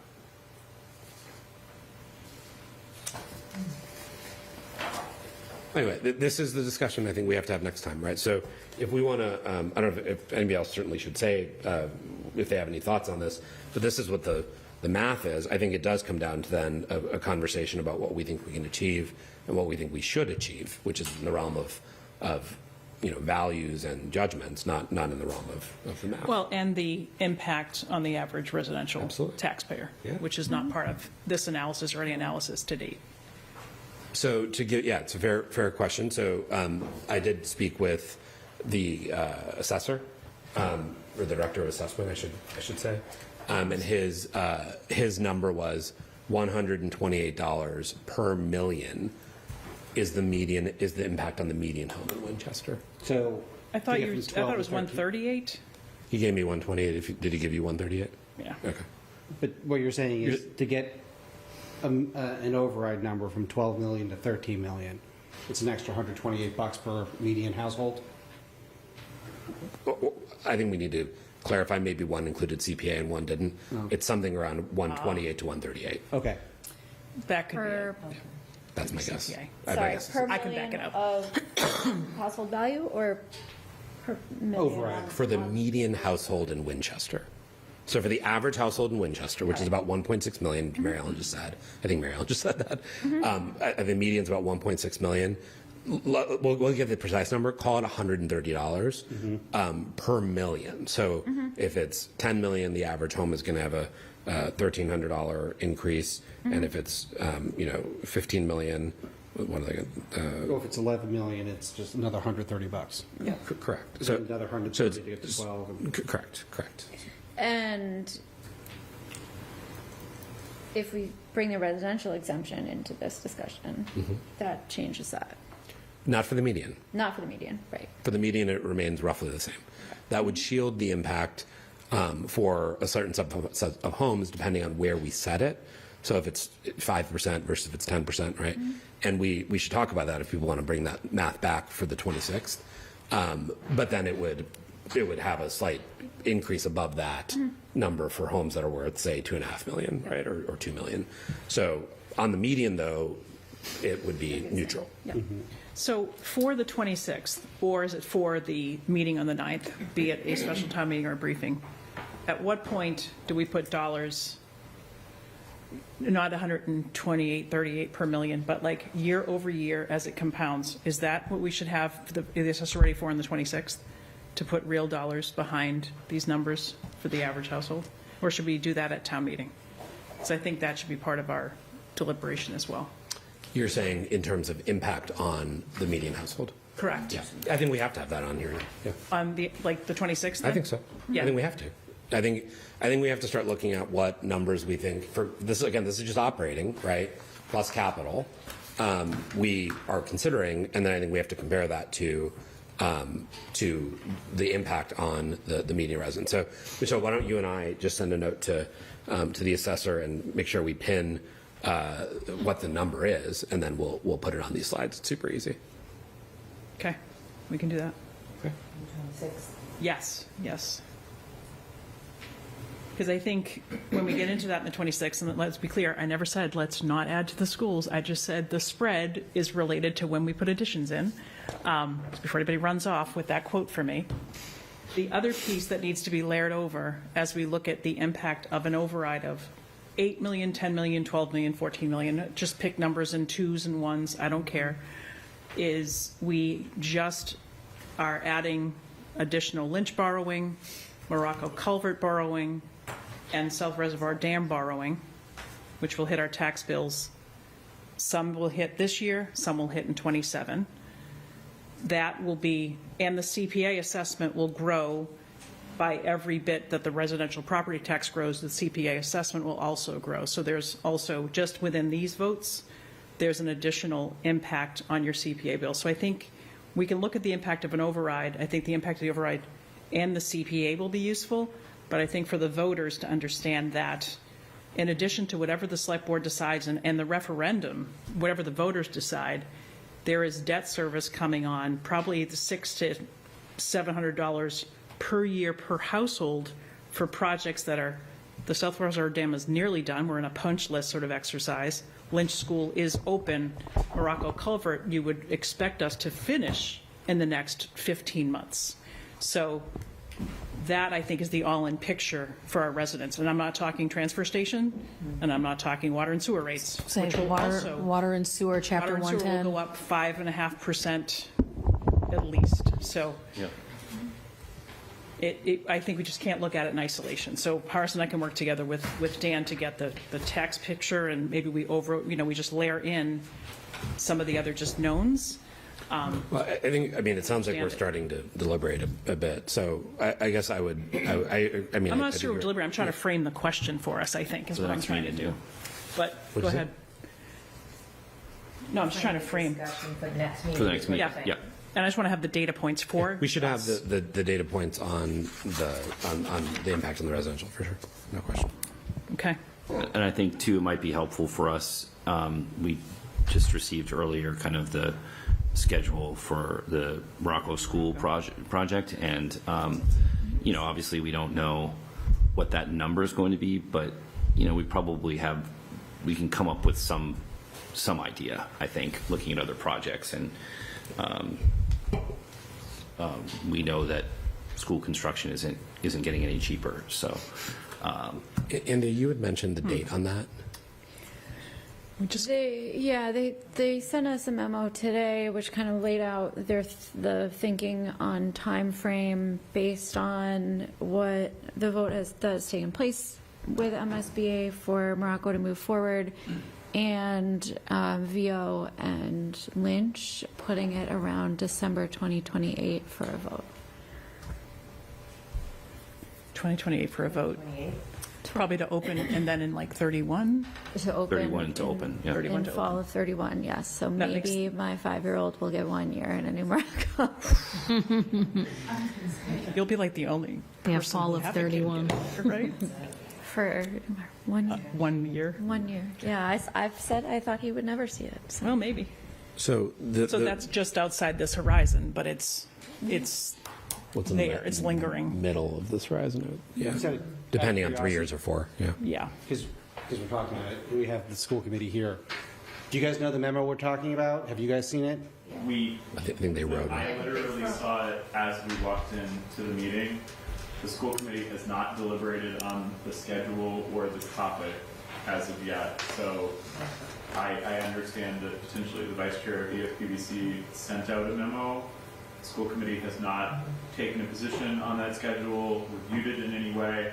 I'm not even sure that the superintendent has seen it, so I'm not sure how that happened, but I will just say that ultimately this timeline is in the purview of the school committee. So we will be, obviously they will act as the building committee for MSBA, but ultimately the school committee will be the one drafting the schedule. So So he won't see the inside of a new Morocco. what was that? You won't see the inside. So I said, so he won't see the inside of a new Morocco. I mean, we will see. I think there's a lot. I've been involved in the process with the superintendent, and I think that there is a lot for us to debate and determine and do investigation around before a decision can be made about the schedule. Because I think that based on literally having reviewed it on my phone right after our little state of the town comes out, it seems to be very much based on the timeline for Lynch, which had a number of factors that were very unique to that project, both the timing around the pandemic, as well as the fact that the number of classrooms that were included in that project was raised from the initial assessment of what was necessary. So there were delays inherently built into that, and if that schedule was based off of the Lynch schedule, then I think there's a very good chance that we're in a different era. You could pull it in, you're saying. You could pull in the timeline, perhaps. I think it's possible. So it overrides sooner than. Yes, an override sooner. So maybe just keep us posted. I won't put you on the spot when you know more. I just want us to get out over our skis because the committee hasn't even discussed it yet. We've been here. Well, it literally landed at 5:51. Yeah. I think. So And it was indicated that it was a draft and it was very loose, and it was just to give us, which was very helpful for me to know what has to go into the whole process of the timeline.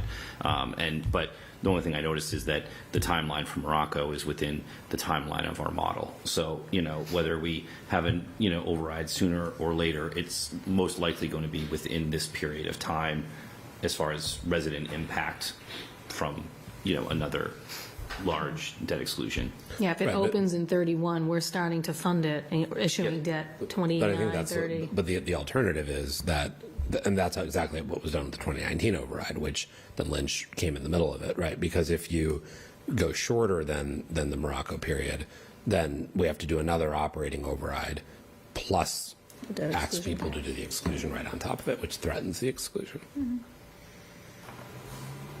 Okay. Any other questions on the model? I think we need to talk about special town meeting clearly, but any other thoughts, feedback on the model? One thing I'd like to, before we get to the special town meeting question perhaps, is so Paris and I committed to getting tax impacts from the assessor. Are there any other questions that we have that we want to just throw out to school committee, capital, comptroller, any other data points that we want to have in front of us? I have one. Of course I do, since I asked the question. Which would be maybe a school committee ask or an Andrew ask. I can put this in writing as well. Our model is assuming a 5%, 4%, 4% growth over 3 years. For level services. Well, my question is, how does collective bargaining, steps, columns, and level services fit into the 544, and then where do the $2.3 million in program additions in FY27 fit? Where does that put us? So if the level services, does your current collective bargaining, if it's not closed yet, and steps and columns and level services for FY27 fit within 5%, and then the 2.3 million in program additions puts the growth rate at what? So I would like that data. I can just pull that out of the model for you, because the way it's modeled is yes to the first question, at the level services has all of that in the 5, and then the 2.3 is the. So then I think I'd like the breakdown then of collective bargaining steps and columns. How does that fit with the 3.75 guidance that we said we'd like to see that all come in at 3.75%? Just where do those lump sum break out? 3.75% is all of steps, columns, and collective bargaining, and the other 1.25% that gets you to 5 is level services. I'd just like to see the breakdown of where that 5% level services, where it falls out. And I can put that in writing. So it was one, you can put it in right, but I just want to be clear what they've come back with. So we had said 3.5 to 4, right? In the so letter to them, 3.75 is the 3.75-ish. midpoint. Yeah, they've come in at 4.25 on level services, all in contract, steps, columns, as well as just the broad level services. So they've come in. If we said 3.5 to 4, they came in at 4.25, which is the 5, 4, 4, 4. So they came in close to our guidance, as we've said, but not, right at the 4% upper bound of it, just above it. Fair, Stephanie? Fair. Okay. And the contract has been tentatively agreed upon, right, but it's still pending union member ratification. Yeah, which that vote has not been taken yet. Yeah. So. I don't think we have a date for that. So assume it does get ratified. Your Unit A and Unit C are the two principal drivers, right? So the guidance in the letter was 3.5 to 4, and to Michelle's question, the 4.25 is below your long-term trend, but it's just above the upper range of that guidance. Right. Okay. So then, in addition, so that's what's in level services. To be clear, that 4.25, the 5, 4, 4, 4. And if we clicked over to the model, you'd see it. In addition to that, you've articulated last time the 4.5 million, to Michelle's point, chunked out over the 4-year period, 2.3, et cetera, et cetera. And we can easily, Michelle, grab the growth rate on a combined basis, because it's basically 4.25 plus another, I would guess, point change. Plus the 2.3 million, right? Yeah, over a 4-year percentage is, period, right. I think your budget is probably growing around 5 and change. With the essential services, that 4.5 million addition. Correct. The 4.25 plus your 4.5 million that you guys Correct. presented last week as essential services. Correct. But I can get you that number. It's in the model. Okay.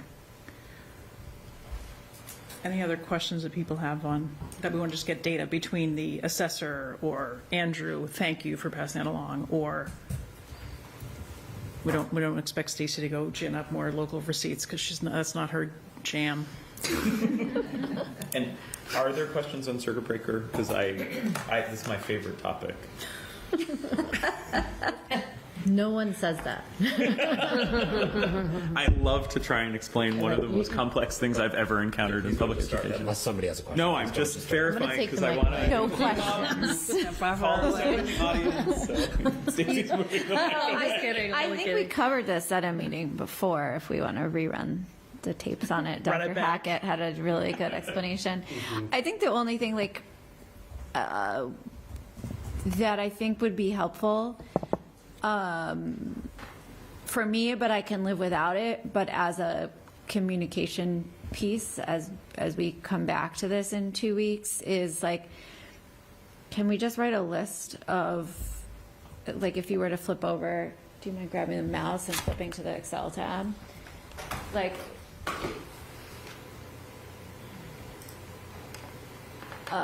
If we were to have a list of what are these strategic ads for municipal,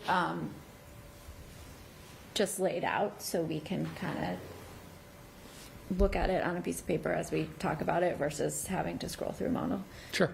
That's literally you can printing a tab. Copy and Yes. delete the blank lines, but I think That's that very would easy. be helpful. And maybe to Michelle's point, we for us put to review. either a probability around some of them, which I tried to show in that exercise on page, Yep. I don't know, 4, whatever it was. Or we delete some. That's the other alternative. We just take some out. Because that's, to Michelle, your point. How do you move a little bit closer to the right-hand columns? Yeah. You take some out. Or you push them, or you split them. Or you split them, you push them, yeah, et cetera. Yeah. Well, but happy to print out my tab. Okay. Mike, any questions? Bill, any questions? No, thank you. All right. Then, So, Bill, why don't you go back to the first page? So then the main thing left is logistics, which is what are we doing? What are we doing? So the good news is I sound like Phil now. The yellow is moving its way down the page, ever so slowly. That was his, of course it's moving. Yeah. We're not stuck. Time occurs no matter whether we want it to or not. Yeah. Whether we run a runway or not, the runway is only so long. Correct. 32 hours. Yeah. So. Oh my God. That was funny. Okay. All right. So, so the next meeting on the 26th, I think today we accepted the State of the Town report. Did we actually accept the State of the Town report? We did. We did. Okay. We did. We did. All right. I don't remember Mike was here. Okay. Capital discussion with CPC. And then we need to finalize the warrant. If desired, we'll come to that. So that's today. Next time, we'll keep debating the operating capital figure. To Michelle's point, we'll bring some data around the tax impact from the assessor. I'll bring the school KGERs from the model, and then the strategic additions. Anything else, just text me or email me, and we'll get that. Or Michelle, we can pull together whatever else that's needed. We'll debate that figure. The idea is to select a tentative number. This is 2 weeks away, so it's not next week. And then, to Anthea's point, discuss if three of us are still committed to it, a tentative residential exemption number, because that would have an implication on the distributional piece, not on the median, but on it takes a little bit off of some of the lower valued households. The idea here, the 27th, we had talked about this now for a few weeks, so I think we should confirm the 27th and February 4th as info sessions, and TMMA will help us market those. I think the idea is to do those here, and the TMMA group is asking us to confirm those. So I would hope we could do that. Give them the thumbs up tonight. We have the budget summit. This landed, and Michelle sent an email around this on the 28th with the school committee. So that I just included on here. That's obviously much more FY27 focused, but I think we need to give them the guidance to say, here's what we need you to develop a budget if the override passes, and also one if the override doesn't pass at that meeting. And obviously, Chris will have been here a couple of weeks at that point. Mike had raised this last time, which is even ahead of the February 9th conversation, and after, we should have some public focus and feedback sessions. So obviously the briefing on the 27th and the 4th are open to the public, but then we do one that's much more generally open to the public, like marketed as such. The idea is on the 2nd, on Monday the 2nd. That's in between the 26th and the 9th. And then we could do another one right after the town meeting vote, or town meeting conversation. So if we do a public hearing, so we have a special town meeting and or a public hearing, and then we could do one the next day. And by the way, ignore that second bullet under 2.9. That's just a typo. So if we have one on call it the 2nd, maybe we do that one at the Jenks Center. We do one maybe on the 10th. Maybe we do that one more informally. So Michelle and I had done one at First House. I think it was First House at some point late summer, early fall. We got a few dozen people there. Maybe it was 40 or 50, and it was definitely majority town meeting members, but still a good chunk of them. But a majority non-town meeting members. So that was, I think, a little bit more accessible of a conversation. So maybe we add those two, and then what we should talk about tonight is February 9th. Anyway, all right. For those info sessions, briefings, what's the content of those? Is that how we came to where we are? I think we need to develop a present. So go back to the State of the Town report. We had talked about creating, I've lost my copy of it. We talked about creating sort of a 2-page memo in there. Here, you want this? To say, yeah, it's fine. If you look at the bottom of page 4, there's language in there about saying, we're creating a 2-page action plan. Thanks, Mike. Which we would do to guide, basically what are we doing here, right? And I think what we would do is we would turn that into this body would need to agree on by the 26th. What's in that? When we select a tentative number, what are the things we're going to talk about in that memo? And then what I think we would do is we would turn that into a PowerPoint, which would be 20 minutes, 15 to 20 minutes, and then questions. Obviously, we had PowerPoints that I developed for the summer briefings as well as the fall town meeting briefings, and including one that I used on the floor. So it shouldn't be too hard to update those to accommodate this. Yep. Okay, so back to February 9th. Last week, we asked some town meeting members to make their wishes known. Some did. Some emailed all of us. Some emailed Paris. We were at the town meeting precinct chair coffee on Saturday. I think there's probably from my read, and people can hear different things, I think there's a slight inclination toward hosting the town meeting, at least from town meeting members. No surprise, right?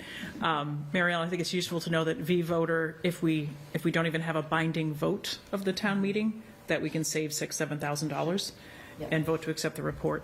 I think that takes the cost. Not that it takes it to zero, but it's reasonable. It's like $6,000 at that point or something. Yes, it's not It's not $30,000, and I don't know that V-voter, even from an electronic record of like, how did Michelle vote? It's like, oh, I like my own report. Like, I'm not sure that needs to be memorialized. They're videotaped, so. And they're also videotaped. But it's Do the slow roll if they want. but it's to vote to accept Article 1, and it's a vote to adjourn. Yes. So having that And it's a non-debatable clicked. motion, isn't it? They are both non-debatable motions. So I don't know how we're going to talk with the moderator about debate, but we certainly, in 2019, people stood up, people made comments. So if the goal is to get feedback, we need to figure out what that looks like. But there were certainly more than just the select board lot of talking. questions. And ask a lot of questions. That was what it was, really. Yeah. Yes. It's like a Q&A. Yeah, and so if we do a public hearing right afterwards, I think we're basically doing the same thing twice, once with town meeting members, Yep. once with public, right? So Yeah. so say we did 7 o'clock town To meeting 8. to 7 to 8, 8. or 6:30 to 8, and then we did another one at 8. We're basically just doing the same performance twice. And I think that's right, Mike. I think it is to get people's reaction, right? And town meeting also needs to be aware of what are the implications for spring town meeting. Yes. Oh, yes. To the point of town meeting being an audience. Sorry. Yeah. Yeah, of course they do. Good point. I mean, I think that's the biggest hook for why to do it as a special town meeting to me, which is, in theory, you could call it as just a public hearing, but I think our town meeting members need to know if it succeeds, here's what you should expect. If it doesn't, here's what you should expect, because you're going to have to deal with it either way. Can I On ask the a budget, question? The budget. Is that going to be part of the operating budget discussion at the budget summit? Like what is going to happen austerity-wise? It's going to have to. I think we have to. Okay. Yeah. Yes. We'll have, maybe we've landed on a range on the 26th on that Monday. Maybe we've landed on a number. But certainly we need to understand how that flows through and what that means. So yes. And we'll know more after, I suppose, public forums and public meetings. The manager's budget is due on the 15th. But I think this can give a guidance of some numbers. It should inform strategic additions as well in the FY27 budget anyway. So yes, it's all related. Okay. So you're saying yes to town meeting-ish, I think? I am, because I think they need to know the implications for the spring, succeed or fail. Town meeting's going to have to deal with the consequences of it with us and with the school committee and the FinCom. So I think it's a good thing to tell them. I think it's a good thing, to Mike's point, to get their feedback, and we can get that through a public hearing, but they're probably at the margin more likely to attend. And I found when you bring the cost down, the people who didn't want to do it are mildly against it. The people who wanted us to do it were more Strident, I would say. Yeah, they cared more. There was more of a firm yes than There was more an of a- ambivalence and more of a yes. I think that's what I felt. A couple of people did raise with me why they didn't want us to do it, and they did, and I'll come back to that in a minute, but others should opine on. Well, I just want to say, if we were going to do only a public hearing, I mean, it would be prudent of us to mail to people and let them know. So we're almost like 6 one, half dozen of the other in how we would inform people through a piece of paper showing up in their mailbox.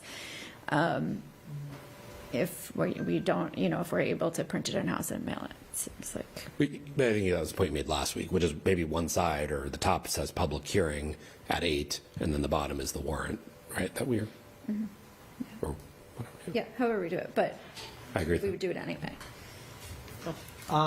Yeah, I talked to a lot of people. It was a 50-50 split, just about. Yeah. But with the cost savings that Mary Ellen's telling us you can do,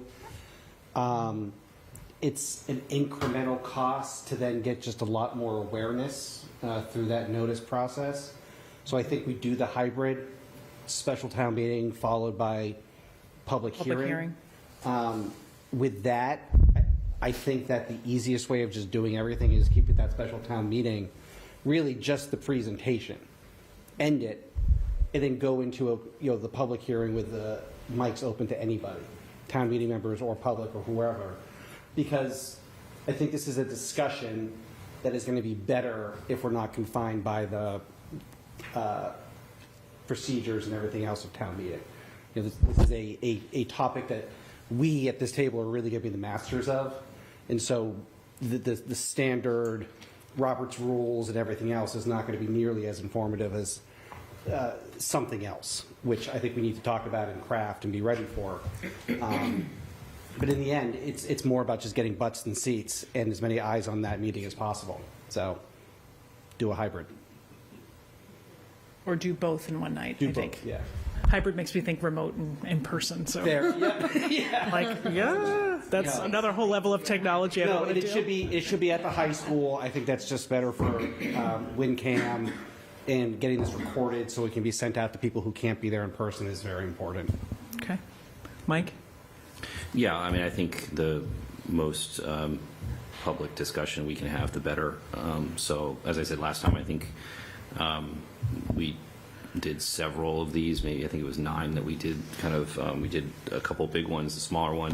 I think we did one as well at the Jenks Center as well that was targeted more towards seniors to answer their questions, and they may not otherwise feel like the high school is accessible to them, and so try to meet them where they're at. So I think looks like, based on the numbers, wherever we land, it's going to be a big ask and big fiscal impact on residents in the next several years. So want to make sure that people understand what we're doing. And just by sending something out in the mail to residents that know nothing about this or even how our government works, I don't think that we would have a high conversion rate of people getting a flyer and showing up at, to hear about it. I think we're lucky that we have a representative town meeting where we have people that are engaged with the community and understand at a higher level how our process works. So.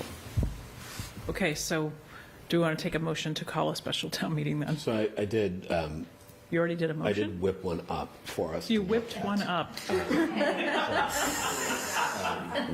Some people whip up dinner, and Just trying to keep things moving. just like whipping up random warrant articles. This is very similar, almost identical to the 2019 language. I think I capitalized the words a little bit differently, and then it's the same language as normal. But that's what was written last time. I think the intro it's technical tweak, but otherwise same. Is anybody besides the reason I did this is because I think you needed us to vote tonight, or we would have had to call a special select board But I meeting. appreciate that you did, and I appreciate that you used the same one. I just think it's a riot. You're like, I got one. Okay. Well, let's do it then. Let's read it all. Yeah. Hold Is on. anyone besides us going to have a report? I mean, could it be simplified from town? So that's a good question. So I guess the question is, how do we want to manage the Article 1 presentation, right? So I'm happy to stand up and give the overview. I can walk through any of the financials people want us to. Do we want to have for example, other members, presenting on their work streams? Do we want to have school committee or capital planning committee present on parts of it? And then do we want FinCom to present on parts of the main sort of presentation? Or do we want we do it, or we do it with school committee and capital planning, and then we sit down, and then FinCom is called on to give their opinion? Like, this is the question that some of the more fervent sort of no people said, which is, what is this, the sort of stagecraft going to be? And I think that's a right discussion for us to have. How do we want this to actually look? So we should, I completely agree. Should we, reports of town officials, boards, committees, and commissions regarding the state of the town, that's pretty broad. Yeah. Right? So we don't have to necessarily articulate, but I think it's a good point. I lean on, it's our vote. Yeah. It's our meeting. I think we should think about, but I think hearing from school committee, capital, and FinCom is useful, but let's think about maybe some, please opine on this thing. Please opine on either this number or this 4-year duration or this something. We should decide there's a bit of a range versus like, I'm going to go freelance on. But yeah. Yeah, I just think we should probably put some boundaries. That would be like for the moderator then to determine. Well, to give the moderator some guidance and then to call on them with some guidance because. But that's different than us presenting with them. That's more than. Yes, okay. Correct. So I think, right, if say, this is like a very Article 1 language that we're used to of a regular town meeting where select board stands up and talks for 10 minutes and then sits down and then we go to Article 2. But if you were to think of like Article 15, the select board would stand up and give their presentation. Going down. You're the proponent of an article. Sometime down the road, select board stands up and gives a presentation for 10 minutes. And then the moderator asked, do any other boards and committees have an opinion or what on this recommendation? And then the school committee stands up and they give their 5 minutes of the school committee supports this article because blah blah blah.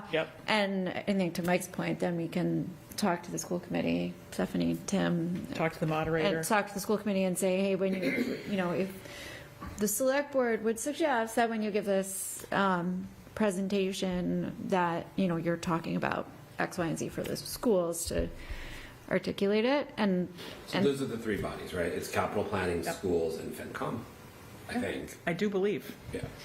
I don't think the planning board wants to. I mean, they're we can confirm with them, but I highly doubt it. I would agree. Well, I don't know. I mean, maybe there's a municipal ask in there. It's not like there's a big initiative that's tied up in this potential override, the same way that a town hall and a curriculum. Yeah, I don't think is tied up in this. It's just the three. Yeah. Yeah. Right? Yeah. But I think that's like how, as they would stand up and give a recommendation on something anyway. I think. So then the question I think we need to determine, and we don't have to determine it this instant, but because I think we've made good progress for tonight, but think about between now and the 26th is how we all want to, present. Do you want, I mean, I can stand up and present the whole thing, or we can chunk it out. That's a conversation for us to have on the 26th. Yeah. Yeah, or we'll call if we need to zoom in, but we've usually assigned things around, which we can certainly especially do. of this length. Yeah, we can do that. So did anyone make a motion for this town meeting yet? I don't think so. Okay. That we Thank you, Patty. Call a special town meeting on Monday, February 9th, 2026 to present Article 1 to hear and act upon the reports of town officials, boards, committees, and commissions regarding the state of the town and the budget outlook, or take any other action in relation thereto. Second. Thanks. I was going to keep going. One second. Okay. Any additional discussion? 7 p.m. you said? All those in favor? Aye. Aye. We can communicate with the moderator that we've called the meeting. You have the language. Thank you, Paris, for drafting it. And then we will track down some details on the 26th. We should plan to think about some of the, to Paris's point, the run-up show on the 26th. Who's going to speak? Do people want to speak at the beginning, at the end? Do people want to share some other context? We can talk about that. And we have kind of until the 9th to potentially raise our, I mean, no, you really don't. You can't be just asking to speak on the morning of the 9th. That's not true. But in theory, we have even the week of the 2nd to coordinate our own messaging with, given that this would need to mail out on the 26th, which is our next meeting, and the discussion we had about public hearing and special town meeting, do we want to do any, and we can sort of take it offline, but think of like what visual communication this would look like in a mailing to people so that they're not like, oh, town meeting. Oh, yeah. No, we typically always. Pretty paper. Do you want to take bright that one? colored paper. We do the Publishers Clearinghouse, you can win $1 million. I think that's the opposite. You could pay $1 million. But if one of you lucky We'll take people it. gets the golden ticket, I mean, Jennifer all and I yours. wave your right away. Okay. And then I will, so I think we're making good progress here on honing in on these things. I will get the report into like a nice layout and then send it around to the select board at this point. Yeah, that makes sense. In the next 48 hours. You know, if people want to sign, you know, there's a few people who just didn't get back to me. I'll ping them offline. Just include their names as participants. That would be good. And then, so that'll go out. I think we'll put that on the website, so that'll be done. And then, if we're going to have our first info session for TMMA on the 27th, I will try to develop a PowerPoint to bring on the 26th, just leaving brackets for where we don't have numbers filled in, just to get that in front of the board, because that should be a communication of the board, not a communication of me. So Yes. I'll try to put that in front of the board on the 26th as well. Happy to help you. Logistic question. Right. So these briefings, where are you thinking of holding them? All over the place. All over the place. I'll follow up with you, Patty. We have some We booking. want to make sure that if it's in this building, that the space Rooms, is yes. available. Absolutely. We have a lot of booking we need to Yeah, one's at the Jangs, could be in the Jags, basement. First Bob. Mystic Valley Room. Morocco basement? No, not that. Not the Morocco Okay. basement. Okay. Okay. I know we just have one more consent and then adjourn, but I don't want to move off of this. We have more housekeeping items because it's all useful conversation. Any additional thoughts on messaging, format, colors, graphics, mailings, speakers? They're all good questions. Okay. Do we then want to move into the consent agenda?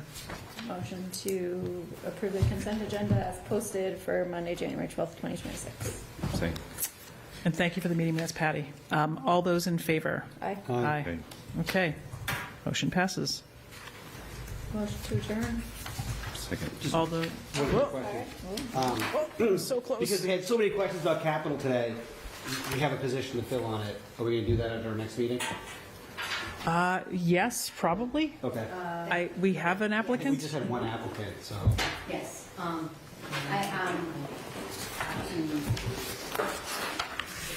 I plan on doing it on the 26th. Okay. We- That's all. Yeah. That answers the questions I've been getting. Okay. Motion to adjourn again. Thank you. Second. All those in favor? Aye. Aye. Thank you. Thank you, WinCam. Thanks, everybody. Thanks, Stacy. Thank you. Thank you. See you tomorrow. It's like, did we get this far?